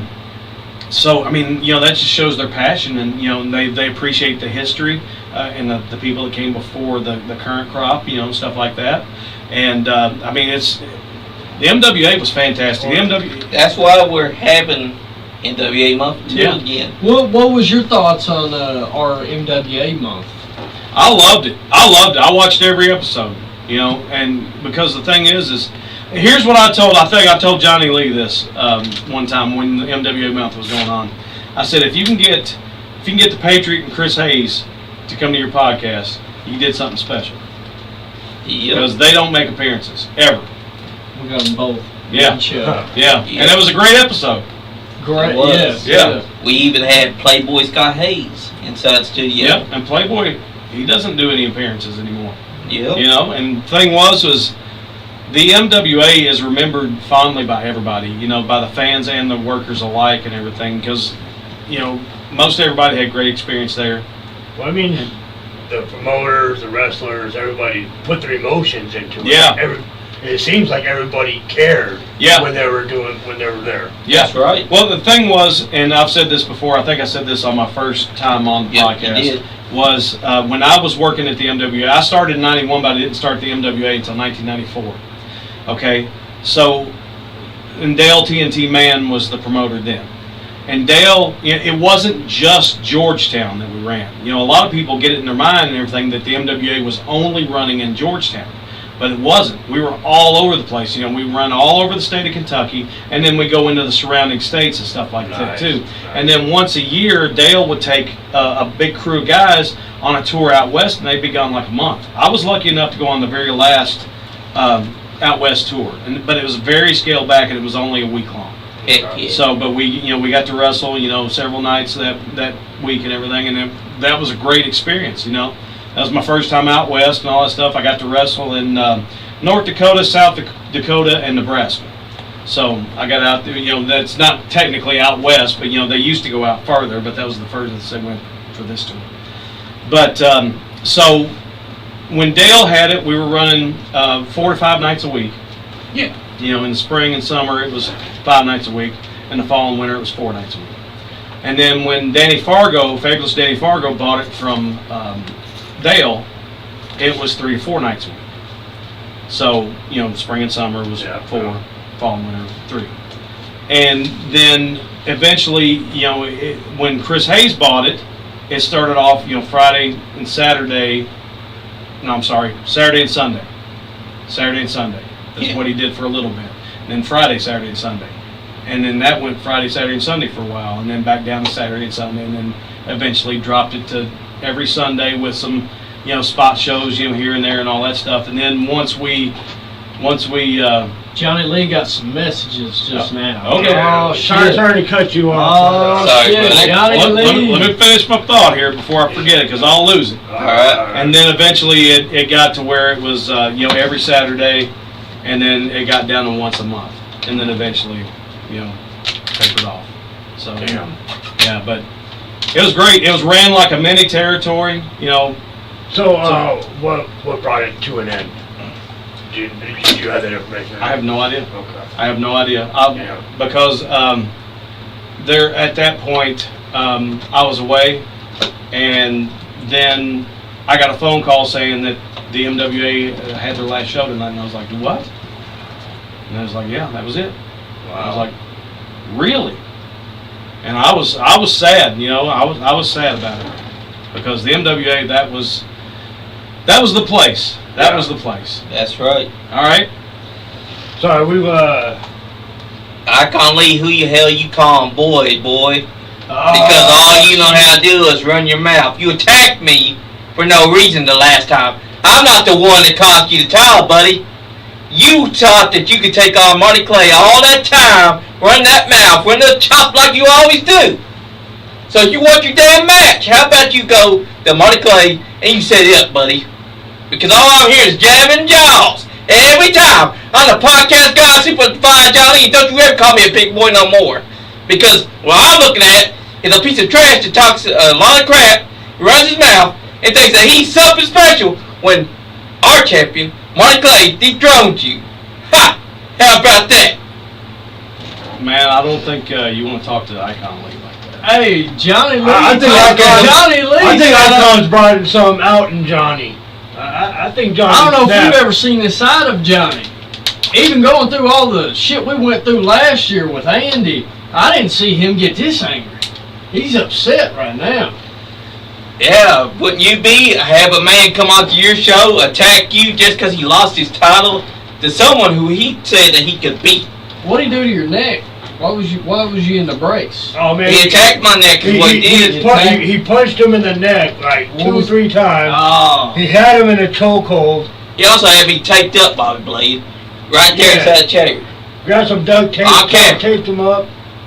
I saw And he it. called me Big Boy. I saw it. I downloaded the Big boy. episode and burned it to Damn. DVD. Started watching it over and over. Of course you did, Bobby. Of course you did. Would you abandon him, though? I would love to manage Icon Lee. That'd be a good pairing. Yeah, I would love to manage Icon Lee. Oh, look, James Kendrick. He did a respectable job as the Nice Guy Andy podcast champion. I'll give him that. He did. He had it for longer than anybody else. Yep. So you got to give him. He was the longest reigning champion. Yep. You got to give the devil his due. He did a great job.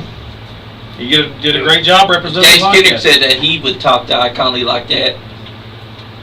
Because James Kendrick still is owed a championship match. He said that Icon never gave it to him. Oh, wow. Ooh. Really? Sounds like Icon was ducking and dodging some competition. But that's okay, because now we got a champion that will fight and put the title on the line. Well, Icon Lee did too, though. I mean, he did, but guess what? You know how he won the title, though. First, he stole the belt. Then, the title got put on the line. Then he won it. Then he held it for a long time. Don't know how AJ said won it from him, though. Because Adrian beat him, and then he beat it and got it back. Hey, the thing is, though, is eventually he did win the title, and he was champion for, what, 1 day short of a year, wasn't it? Yep. Yep. I'm thinking that was 364. 64. Yeah, 64. Yep. And then Marty Clay beat him. That's a big beat, though, to make it to 364. Yeah. Like, the same thing that I said about Stan Sierra, being the champion for 1,238 days for AMW is a great feat. Oh, Being a champion, being the Nice Guy Andy podcast champion for 364 days is a great feat. Nobody else has done it. Right. And Exactly. so I mean, he can toot. Yeah, he can toot his own horn because he did held it that long. Yeah, absolutely. I said that was long because he won it in 2023. All right. Yeah. And he continued to hold it all the way until earlier this year when him and Mark Clay finally got to step to the ring, because he said that whoever was going to be there and whoever won the right to face him, he was going to face him. And I'll give him this. He held it 364 days. Yep. And Mark Clay just ended up proving that he was on his head game that day. And he did defend it. He That's did defend right. it. Yeah, he took it. He defended it out of state. He defended Yep. it, all across the nation and everything. He also showed it off to everybody. Yeah. Which is what Zodiac did, because Zodiac is our first champion. He was taking it and defending it everywhere. He defended for 26 title defenses that he won. But he defended for 27 title defenses and lost on 27 to Adrian Alexander. Mm-hmm. I kept up with that. Then Adrian lost it a couple months later to Matt Treya, who held it for a month. He sprained his finger. I don't know if he defended it anywhere else, but he sprained his finger and then he had to wait a while. He only had it for a month? Yep. That's what it felt like, because then he ended up taking on Adrian. Adrian won it back. Adrian won it back, and then Icon Lee beat Adrian. Yep. And then Icon Lee ended up holding the title for a long time. A long time. Longest reigning Nice Guy Andy podcast. Also, he's the second double champion because Adrian won it from him, and then he won it back from Adrian. Mm-hmm. So that makes him a two-time that's champion. right. Yep, you're right. You're absolutely right. Yep. And thanks to that, the accumulation dates would make it a long time, but also his second reign was longer than his first reign because he held it far longer than he did the first time. Yep. So, I mean, he can hold his head up high about that and everything. That's right. Brag about that every chance that you can and everything, because the thing is, if you don't do your own bragging, nobody else is going to brag for you. this is true. That's right. I've been bragging for the last hour and a half, so. That's right. Keep it going. Hey, I mean, you are the greatest. I wouldn't say I might be the oldest, but I wouldn't say the greatest. You got the best promo ability I know. Guys, right. 5 Hall of Fames inside the state of Kentucky says you are one of the greatest. That's right. And you deserve this more than anybody else. Well, I appreciate that. And Carl Anderson, give him the belt, damn it. Yeah. We know that you keep on sending him pictures every time. Still cage match. You know, it's funny that he does that. Let's let me see if I can find the picture while I'm doing this. Let's talk about this real quick. Carl Anderson, from formerly of WWE. The Good Brothers. Yeah, the Good Brothers and everything, tag team with Luke Gallows and all that stuff. Gallows. When he first started, he started with the Northern Wrestling Federation and the Mountain Wrestling Association. Yep. And he wrestled under his real name of Chad Allegra at that point in time. That's actually a badass wrestling name. Yeah, it is. It is. It really is, for real. But, when I was active, I was the first ever, well, let me explain this. The MWA had a junior heavyweight championship, but then when Danny Fargo was the promoter, he switched it to the MWA light heavyweight championship. Yeah. Okay? So when he switched it to the light heavyweight championship, I was the first guy to hold that particular title. Not the junior championship, but the light heavyweight championship. I was the first guy to hold that particular title, so I consider the MWA light heavyweight championship belt my baby. Yeah, it is. And I don't mean like the replica belts that were used later on. I'm talking about the original, the black strap, the MWA logo, the side plates and all that stuff. Yep. The original one.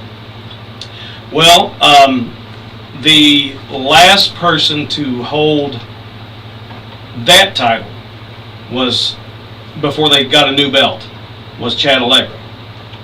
So he's still got that belt. You know, and I've been trying to, like, over the last 10, 15 years, trying to get that belt back. That particular belt back, because, you know, I was the first guy to hold it. Right. It's my baby. You know, I kind of want to have it for a keepsake, you know. So every once in a while, I still keep in contact with Carl Anderson. Every once in a while, he'll send me a picture Oh no. Oh no. of the belt, and it's in horrible shape, and he's like, I swear to God, I'll blow this belt up. You'll never see this belt again. Oh, I'm man. holding this belt so he's holding this belt hostage and sending me hostage pictures of this belt in his possession and laughing about it. Wow. I would love nothing else but to have this belt. It's in terrible shape now. It's terrible condition. The last picture I got from him, the belt, it was like the plate was curled up, and it's missing pieces on it and everything, but still, Yeah. that belt meant more than any other belt to me. You know, 'cause that was my baby. Right. Damn straight. So I'd love to have it back, but he's holding it hostage. I feel like at this point you gotta one-on-one, dude. They just gotta fight him. Yeah, you're gonna have to hit him That's with the the elbow only drop. You resolution. gotta tell him, hey, give me the belt, or I'm gonna jump off this apron and I'm gonna hit you with the elbow drop, buddy. Yeah, I actually talked to him, it was probably about maybe a month and a half ago. Talked to him, you know, on Twitter. So, you know, sent him a message asking him how he's doing and all that stuff, and I asked him about the belt, and he sent me pictures, and you'll never see him again. God. I'm like, man! What a jerk. Yeah. All because he got ribbed so much that Dottie Green never ran him out. He's like, I can't do this no more. And for some reason he's taking out a hell on you. Like, Yeah. it's almost like he thinks Bobby Blade was definitely in on those ribs. He's a great dude and everything. He shouted me out one time on Twitter and everything. Nice. And he actually tweeted out a picture that I screenshotted because I thought it was pretty cool. Nice. But yeah, he let's see. You see people, Bobby Blade and Chad Gallagher and Who? Carl Anderson. Galagra. Yes. Allegra were together Yeah. in NWA. Yep. You may know him better as Carl Anderson. Man, we never got a response from Icon Lee. He's not Yeah, you're responding. right. And He look, must be Icon, shaking. he He must pops be- in, runs his mouth, pops out. Yeah, Right? he's not shaking. gonna He's stick around shaking for- in his boots right now. I like Icon. I really do. I'll give him this. Everyone hates his guts, even though he's doing it right. Yeah. I will say that he lives his gimmick, and a lot of people can get mad about, but what the guy understands that he's still Jane. Who? He's still under there. But Icon Lee is forever. That's how I'll say. But I got another person that's behind that. And Yeah, he's but he actually a very attacked you. intelligent person. He attacked you.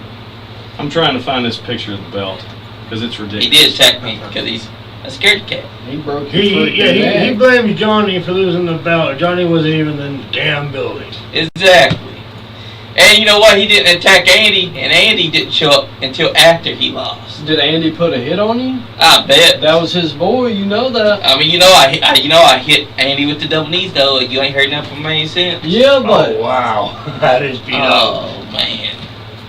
I'll put it up in the camera here so You can will see it. never see that Bobby Blade. He's gonna hold it hostage forever. That's as close as you're gonna get to it. Am That is the closest. I too close to the camera? No, you do it right. closer. closer. Do a little bit Move it in. closer. Keep going. Y'all see Keep that? going. Okay, I see it. Can't really see the damage to it. There's a lot of damage to it, but anyway, that's Yes, there, guys. that's the last picture Carl Anderson sent me of the belt holding it hostage. That's right. So, Shit, that was about a month ago. yeah. Man. That's right. Here, let me film that. Let me take a picture of that. I can post it to the. I can send it to you. You want me to send it to Oh you? yeah. Yeah. Yeah, you can do that too. Or you just take a picture either way. Got it. All right, let me put my headset back on. Sorry, everybody. Folks, that's how badly damaged the belt is. Yeah. But the thing is, though, is I really want that belt back in my possession because, like I said, that means more than anything else. You know, as far as wrestling wise, that's the one keepsake that I want. That's right. You know, I've held it more times than anybody else. I had it 7 times. Nobody else has had it. I had some people come close. They've held it 6 times, but nobody's ever had it 7 times. That's right. So, you know, and then here's where he shouted me out. Heck yeah. Miss you, brother Bobby Blade. Thanks for all the elbows you dropped on me on the outside 60 years. That's why he's on the belt hostage. Yeah, because I dropped elbows on. Even Carl Anderson said something about the elbows. Man, the elbows are coming back to haunt you, Bobby.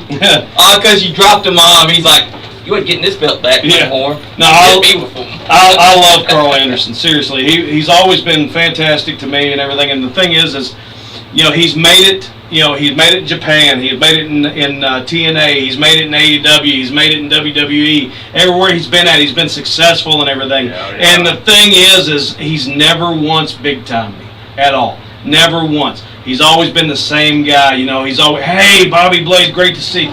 You know, great. You know, hope to hear from you soon. You know, blah blah blah.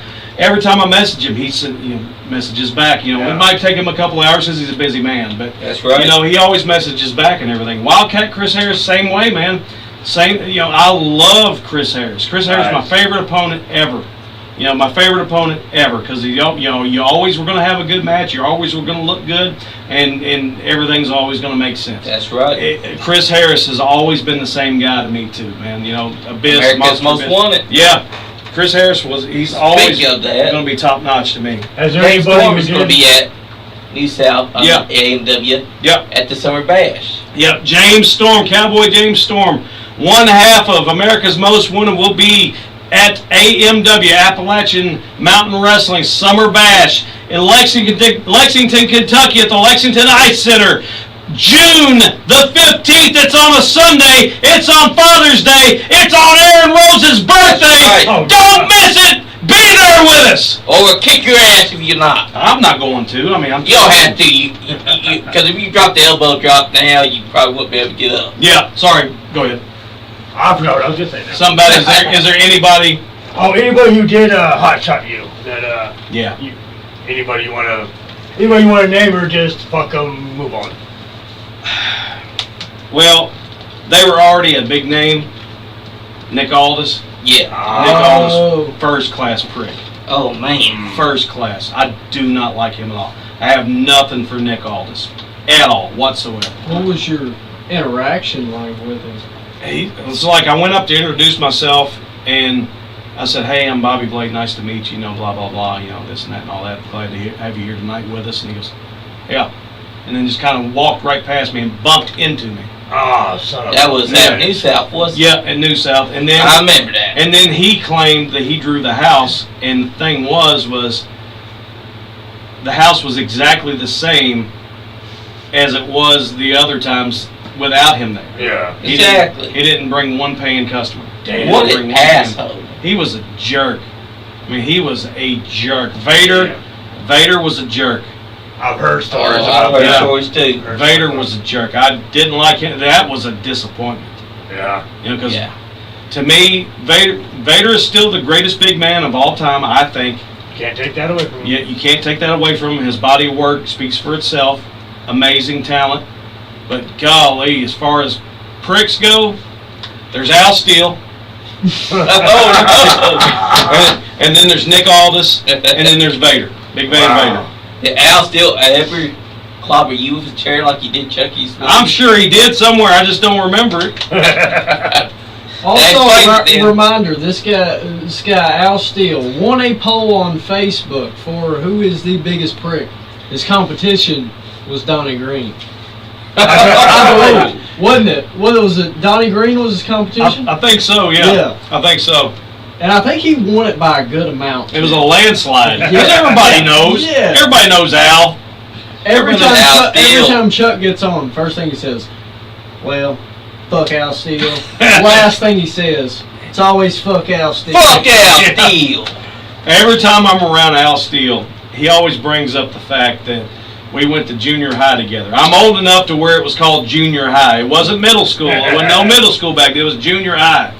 And we went to junior high together, and I had some GI Joes that I was trading with somebody or something like that. So, you know, because I was a GI Joe collector at that time. Oh, yeah. Yeah. And I had the Hooded Cobra Commander, and I had the Crimson Twins, Tomax and Zaymot. Well, he says, "Can I see them real quick?" So I'm like, I'll let him see them. I let him see one of the twins and the Hooded Cobra Commander, which was a mistake because he started playing with them in the desk and got caught. And teacher took him away. Her name was Miss Akins. I'll never forget her. Lacey Junior High. And so she took him away. So I'm like, this Hooded Cobra Commander took me forever to get. Yeah. Because it was one of them mail-off ones. You had to send like the little GI Joe flag points in and all that stuff. So it took me forever to get this this Cobra Commander.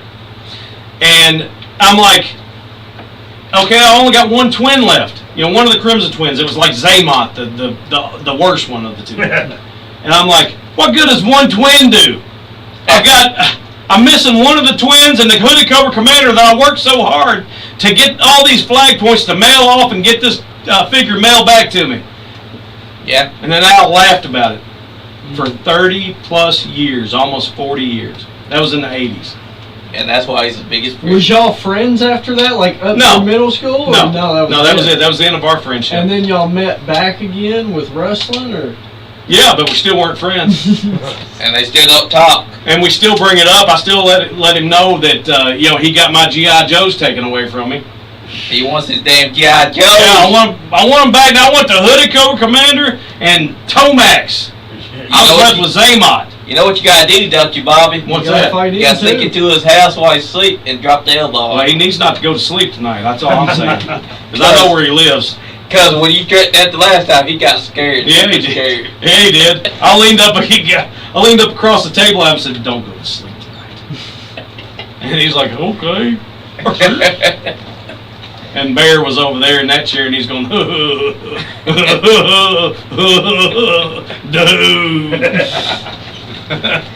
That is what Bear would do. But you know Al doesn't want that elbow drop. Because he's felt it before. Yeah, he has. And I put extra steak on it. Yeah. You'll give him some extra steak on it if he don't give you some. Give those G.I. Joes back. Yep, absolutely. Guess it's been what, 36 years? Something like that, almost 40 years. And he still laughs about it to this day. But yeah. Hey. I gotta That's know who is your favorite person or team that you've ever managed? Oh, man. Oh, well, picture perfect Jordan Cage. I have a lot of fun with him. You know, he's my best friend in the whole wide world, so. Shout out. So that's, yeah. I wish you could get him on here. Yeah, I've been trying. Hey, if Why? You've been This trying is your as well. best friend. I know. You got the hookup. If you can get me and him in here, believe it or Y'all not, both together. believe it or not, he's a little camera shy. Yeah. So, you know, if you could get him and me in here together, he might do it. Yeah. So, I'll be down for that if he's down for it, you know. We're down for it. Hey, we're down for it. Because I've been wanting to get Jordan Cage and you together since 2023. yeah. The thing is, Jordan Cage, he doesn't brag a lot. You know, here's the thing. Here's what I don't understand. These guys don't brag about their careers very often. You know what I'm saying? Brag about that stuff. This is something you did. It's something to be proud of. You know, Yeah. like Jimmy Felcher. He wrestled the Dream Team. Brutus Beefcake and Greg the Hammer Bound never talks about it. Oh, come on. Never talks about it. I wouldn't shut up about it. I know. I talked about I wrestled the Bushwhackers twice. I don't shut up about it. I'll tell you about it right now. I'll tell you everything we did in the match. Hell I yeah. want to hear about both these matches. Yeah, that's right. I talk about that all the time. But anyway, like Jordan Cage has wrestled Scott Steiner. You know, he's wrestled. Oh man. Yeah, he's wrestled all these high-profile guys and everything, and never talks about them. And then when you ask him about them, he's just like, "Yeah, we had a match." I'm like, I know you want to downplay it, you know, to where you don't seem like a mark, you know, but still, Right. you got to brag about some of the stuff that you did back in the day, because if you don't talk about it, nobody else is going to talk about it. Here's my Yeah, thoughts it's on gonna that get Mark forgotten. thing. Here's my thoughts on that Mark thing. If you think that you're a mark for marking out about who you wrestled, as a big time wrestler, you're kind of wrong, because we all start out marks. I'm still a mark. Exactly. Oh yeah. I still am. I don't care. Well, and here's the thing, like, Jordan Cage or any of those guys talking about, you know, the legends or whoever they've been in the ring with. That's not them marking out. That's giving us an opportunity to mark out on them. Yeah. Like exactly. Jordan, that's an opportunity for me to mark out on you. Yeah. Like, And also now I can be Jordan Cage. Now I can be a Jordan Cage mark because he was in the ring with fucking Scott Steiner. Yeah. Exactly. And they had a great match. And it was an unlisted video, and he sent the link to me, and he's like, watch how horrible this is. He thinks he's awful, and he's awesome. He is not awful. He's awesome. I have watched his matches these last 3 years. And I have not seen one awful Jordan Cage match. Him even higher put on a banger. Let me tell you something. Jordan Cage, I legitimately think this. I think that he is the most slept on, unsung hero, not hero, but you know what I'm saying. Right. Talent in pro wrestling in Kentucky in the last 20 years. That's right. You know? Yeah. And I wish he could see that in himself, but he doesn't. Some guys, they just can't see it. Sometimes Yeah. they have this feeling where they think they're trash when they're not. But, hey, one day he'll realize, you know what? I did that. I was badass, and I was awesome with my best friend in the whole wide world, Bobby Blade. Yep. And the thing is me and Jordan Cage have such tremendous chemistry with each other. Yes. And it's like Yeah, we're a they do. well-oiled machine, you know, when we're out there together and everything. He plays off of me, I play off of him. You know, everything just comes together and everything. And it's like there's no wasted motion with us. You know, everything flows picture perfectly, you know, to do that. Yep. And but I mean, yeah, it's great. It's great. I love working with Jordan Cage. That's I right. love working with Jordan Cage. You know what, Bobby? We've been on here 2 hours. You suck. You cut me off. I'm not done talking yet. All right, here's where you can see me. Let me get this in before we That's go right. home here. Let me take a big drink of water because I'm going to go for 5 minutes. All right, here's where you can see me. Come see me while I'm still alive. You can see me this Saturday night. Generation Next Pro Wrestling Homecoming Stampede, Georgetown, Kentucky at the Georgetown Middle School. You can see me at the Coolidge Building in Nicholasville, Kentucky, Friday night, May the 30th, EWA All-Star Classic. You can see me on at AMW at Summer Bash, Lexington, Kentucky, at the Lexington Ice Center. You can see me at EWA Danville, Kentucky for Prime 16. You can see me EWA in Danville on July the 11th. Yeah, July the 11th. I didn't say the last date. That's June 20th for Prime 16. July the 11th for Gold Rush, EWA Danville, Kentucky. The Hall of Fame in Somerset, Kentucky on July the 12th. Don't miss that. That's going to be a great evening with a lot of people who are going to be honored, definitely deserve it. I can't say that date or that date or that date or that date or that date or that date yet because, yeah. That's So right. anyway, come see me while I'm still alive. I'm 51 years old. I ain't going to be around forever. Hopefully I will be, but I ain't going to be around forever. And my time is dwindling down day by day. With each day that passes, as each day my life becomes shorter by 1 day. So come see me while you can. Don't stand over my casket and say, I wish I went to see him in Danville. I wish I went to see him in Georgetown. I wish I went to see him in Lexington. Come see me while you still can. I'm giving you the dates. There's going to be plenty more opportunities to see me because the dates keep coming rolling in. And I always post them on my Facebook page that you can find at Bobby Blade, or you can find my professional wrestling page at Lone Wolf Bobby Blade. The dates are posted there. You can subscribe to my YouTube channel at Lone Wolf Bobby Blade. See all kinds of action from the 90s, from the 80s, from the 2000s, from the 2010s. You can see all kinds of classic wrestling from all over the state of Kentucky, all over Ohio, Indiana, Tennessee, wherever I was at, you can see it there. Also, too, you subscribe to High Spots TV. You can hear my work on Generation Next Pro Wrestling, doing commentary on some of the shows there. You can listen to my commentary on the AMW episodes of Showdown that are weekly, 7 p.m. on YouTube. Oh man. That's right. You can also hear my work on the EWA shows on their YouTube channel. They are every month we upload 3 episodes from the previous month's show. You'll see it on there. You can see me at those dates that I told you about. Send me a friend request, but tell me that you saw me on the Nice Guy Andy podcast. Because if not, I won't accept it because I don't know who you are. That's right. Like my Facebook page. Follow me on Twitter. My Twitter's only got like 3 followers. Gotta give them more than that. You've been slacking. Yep, Lone with Bobby Blade over there. Follow me at NDX Blade, all capital letters, on Instagram. Follow me on TikTok. I don't have many videos up, but if there are some videos up on TikTok there, you can guarantee they're me putting myself over, just like I have these last 2 hours. That's right. Follow me on TikTok. Follow me on Twitter, X, whatever you want to call it. Follow me on Instagram. Follow me on Facebook. Subscribe to my YouTube channel. Subscribe to High Spots TV. Subscribe to AMW on YouTube. Subscribe to EWA on YouTube. Is that it? I think that might be it. Subscribe to the Nice Guy Andy podcast. That's right. Greatest promo artist right now. Holy crap, I'm tired. I'm blown up. But hot damn, that was awesome. Big money. Another great night. It's good to see Joe again. I ain't seen you, and it's great to see Bobby again always. And yeah, I'm excited to see you. You still ain't coming.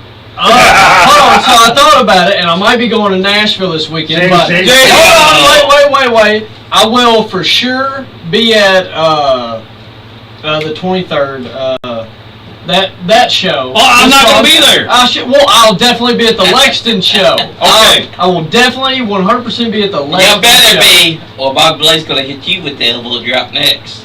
Yeah, ask your dad how hard that is. I might have my license by then. Who knows? Oh, man. Oh, no. Hey, they're coming into Lexington. Do they know whose territory Lexington is? That's mine. Oh, Four-time. Come and get it. Oh, man. Oh, shit. Damn. And thank you, Bobby Blade. You're an absolute legend, and I love you, brother. Well, same here. Thank you.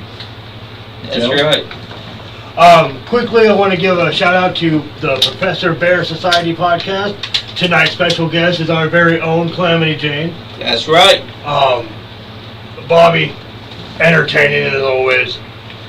Thank you for stepping back into the business, because your return was my introduction to you. So without that, I would only have these guys' stories to go off of. That's right. But getting to see you live, getting to hear your stories here on the podcast, it's truly an honor. And thank you. Thank you. You missed out when I was really good. If this is any indication, I did miss something. That's right. Guys, I want to say one more time. The homicidal, genocidal, suicidal, death-defying Sabu, R.I.P. brother. One hell of an inspiration from the ECW days, and still the most talked about man that you're ever going to see. If you never seen a Sabu match, go look it up. It's on YouTube. Man, I'll tell you what, on Twitter you can also find I like the some one of his where best. Sandman's on acid. Yes! But guys, give it up for Sabu. Now guys, thank y'all for tuning in tonight. Check it right left. We saw your comments. Thank you, brother. Jimmy Walls, Ready X.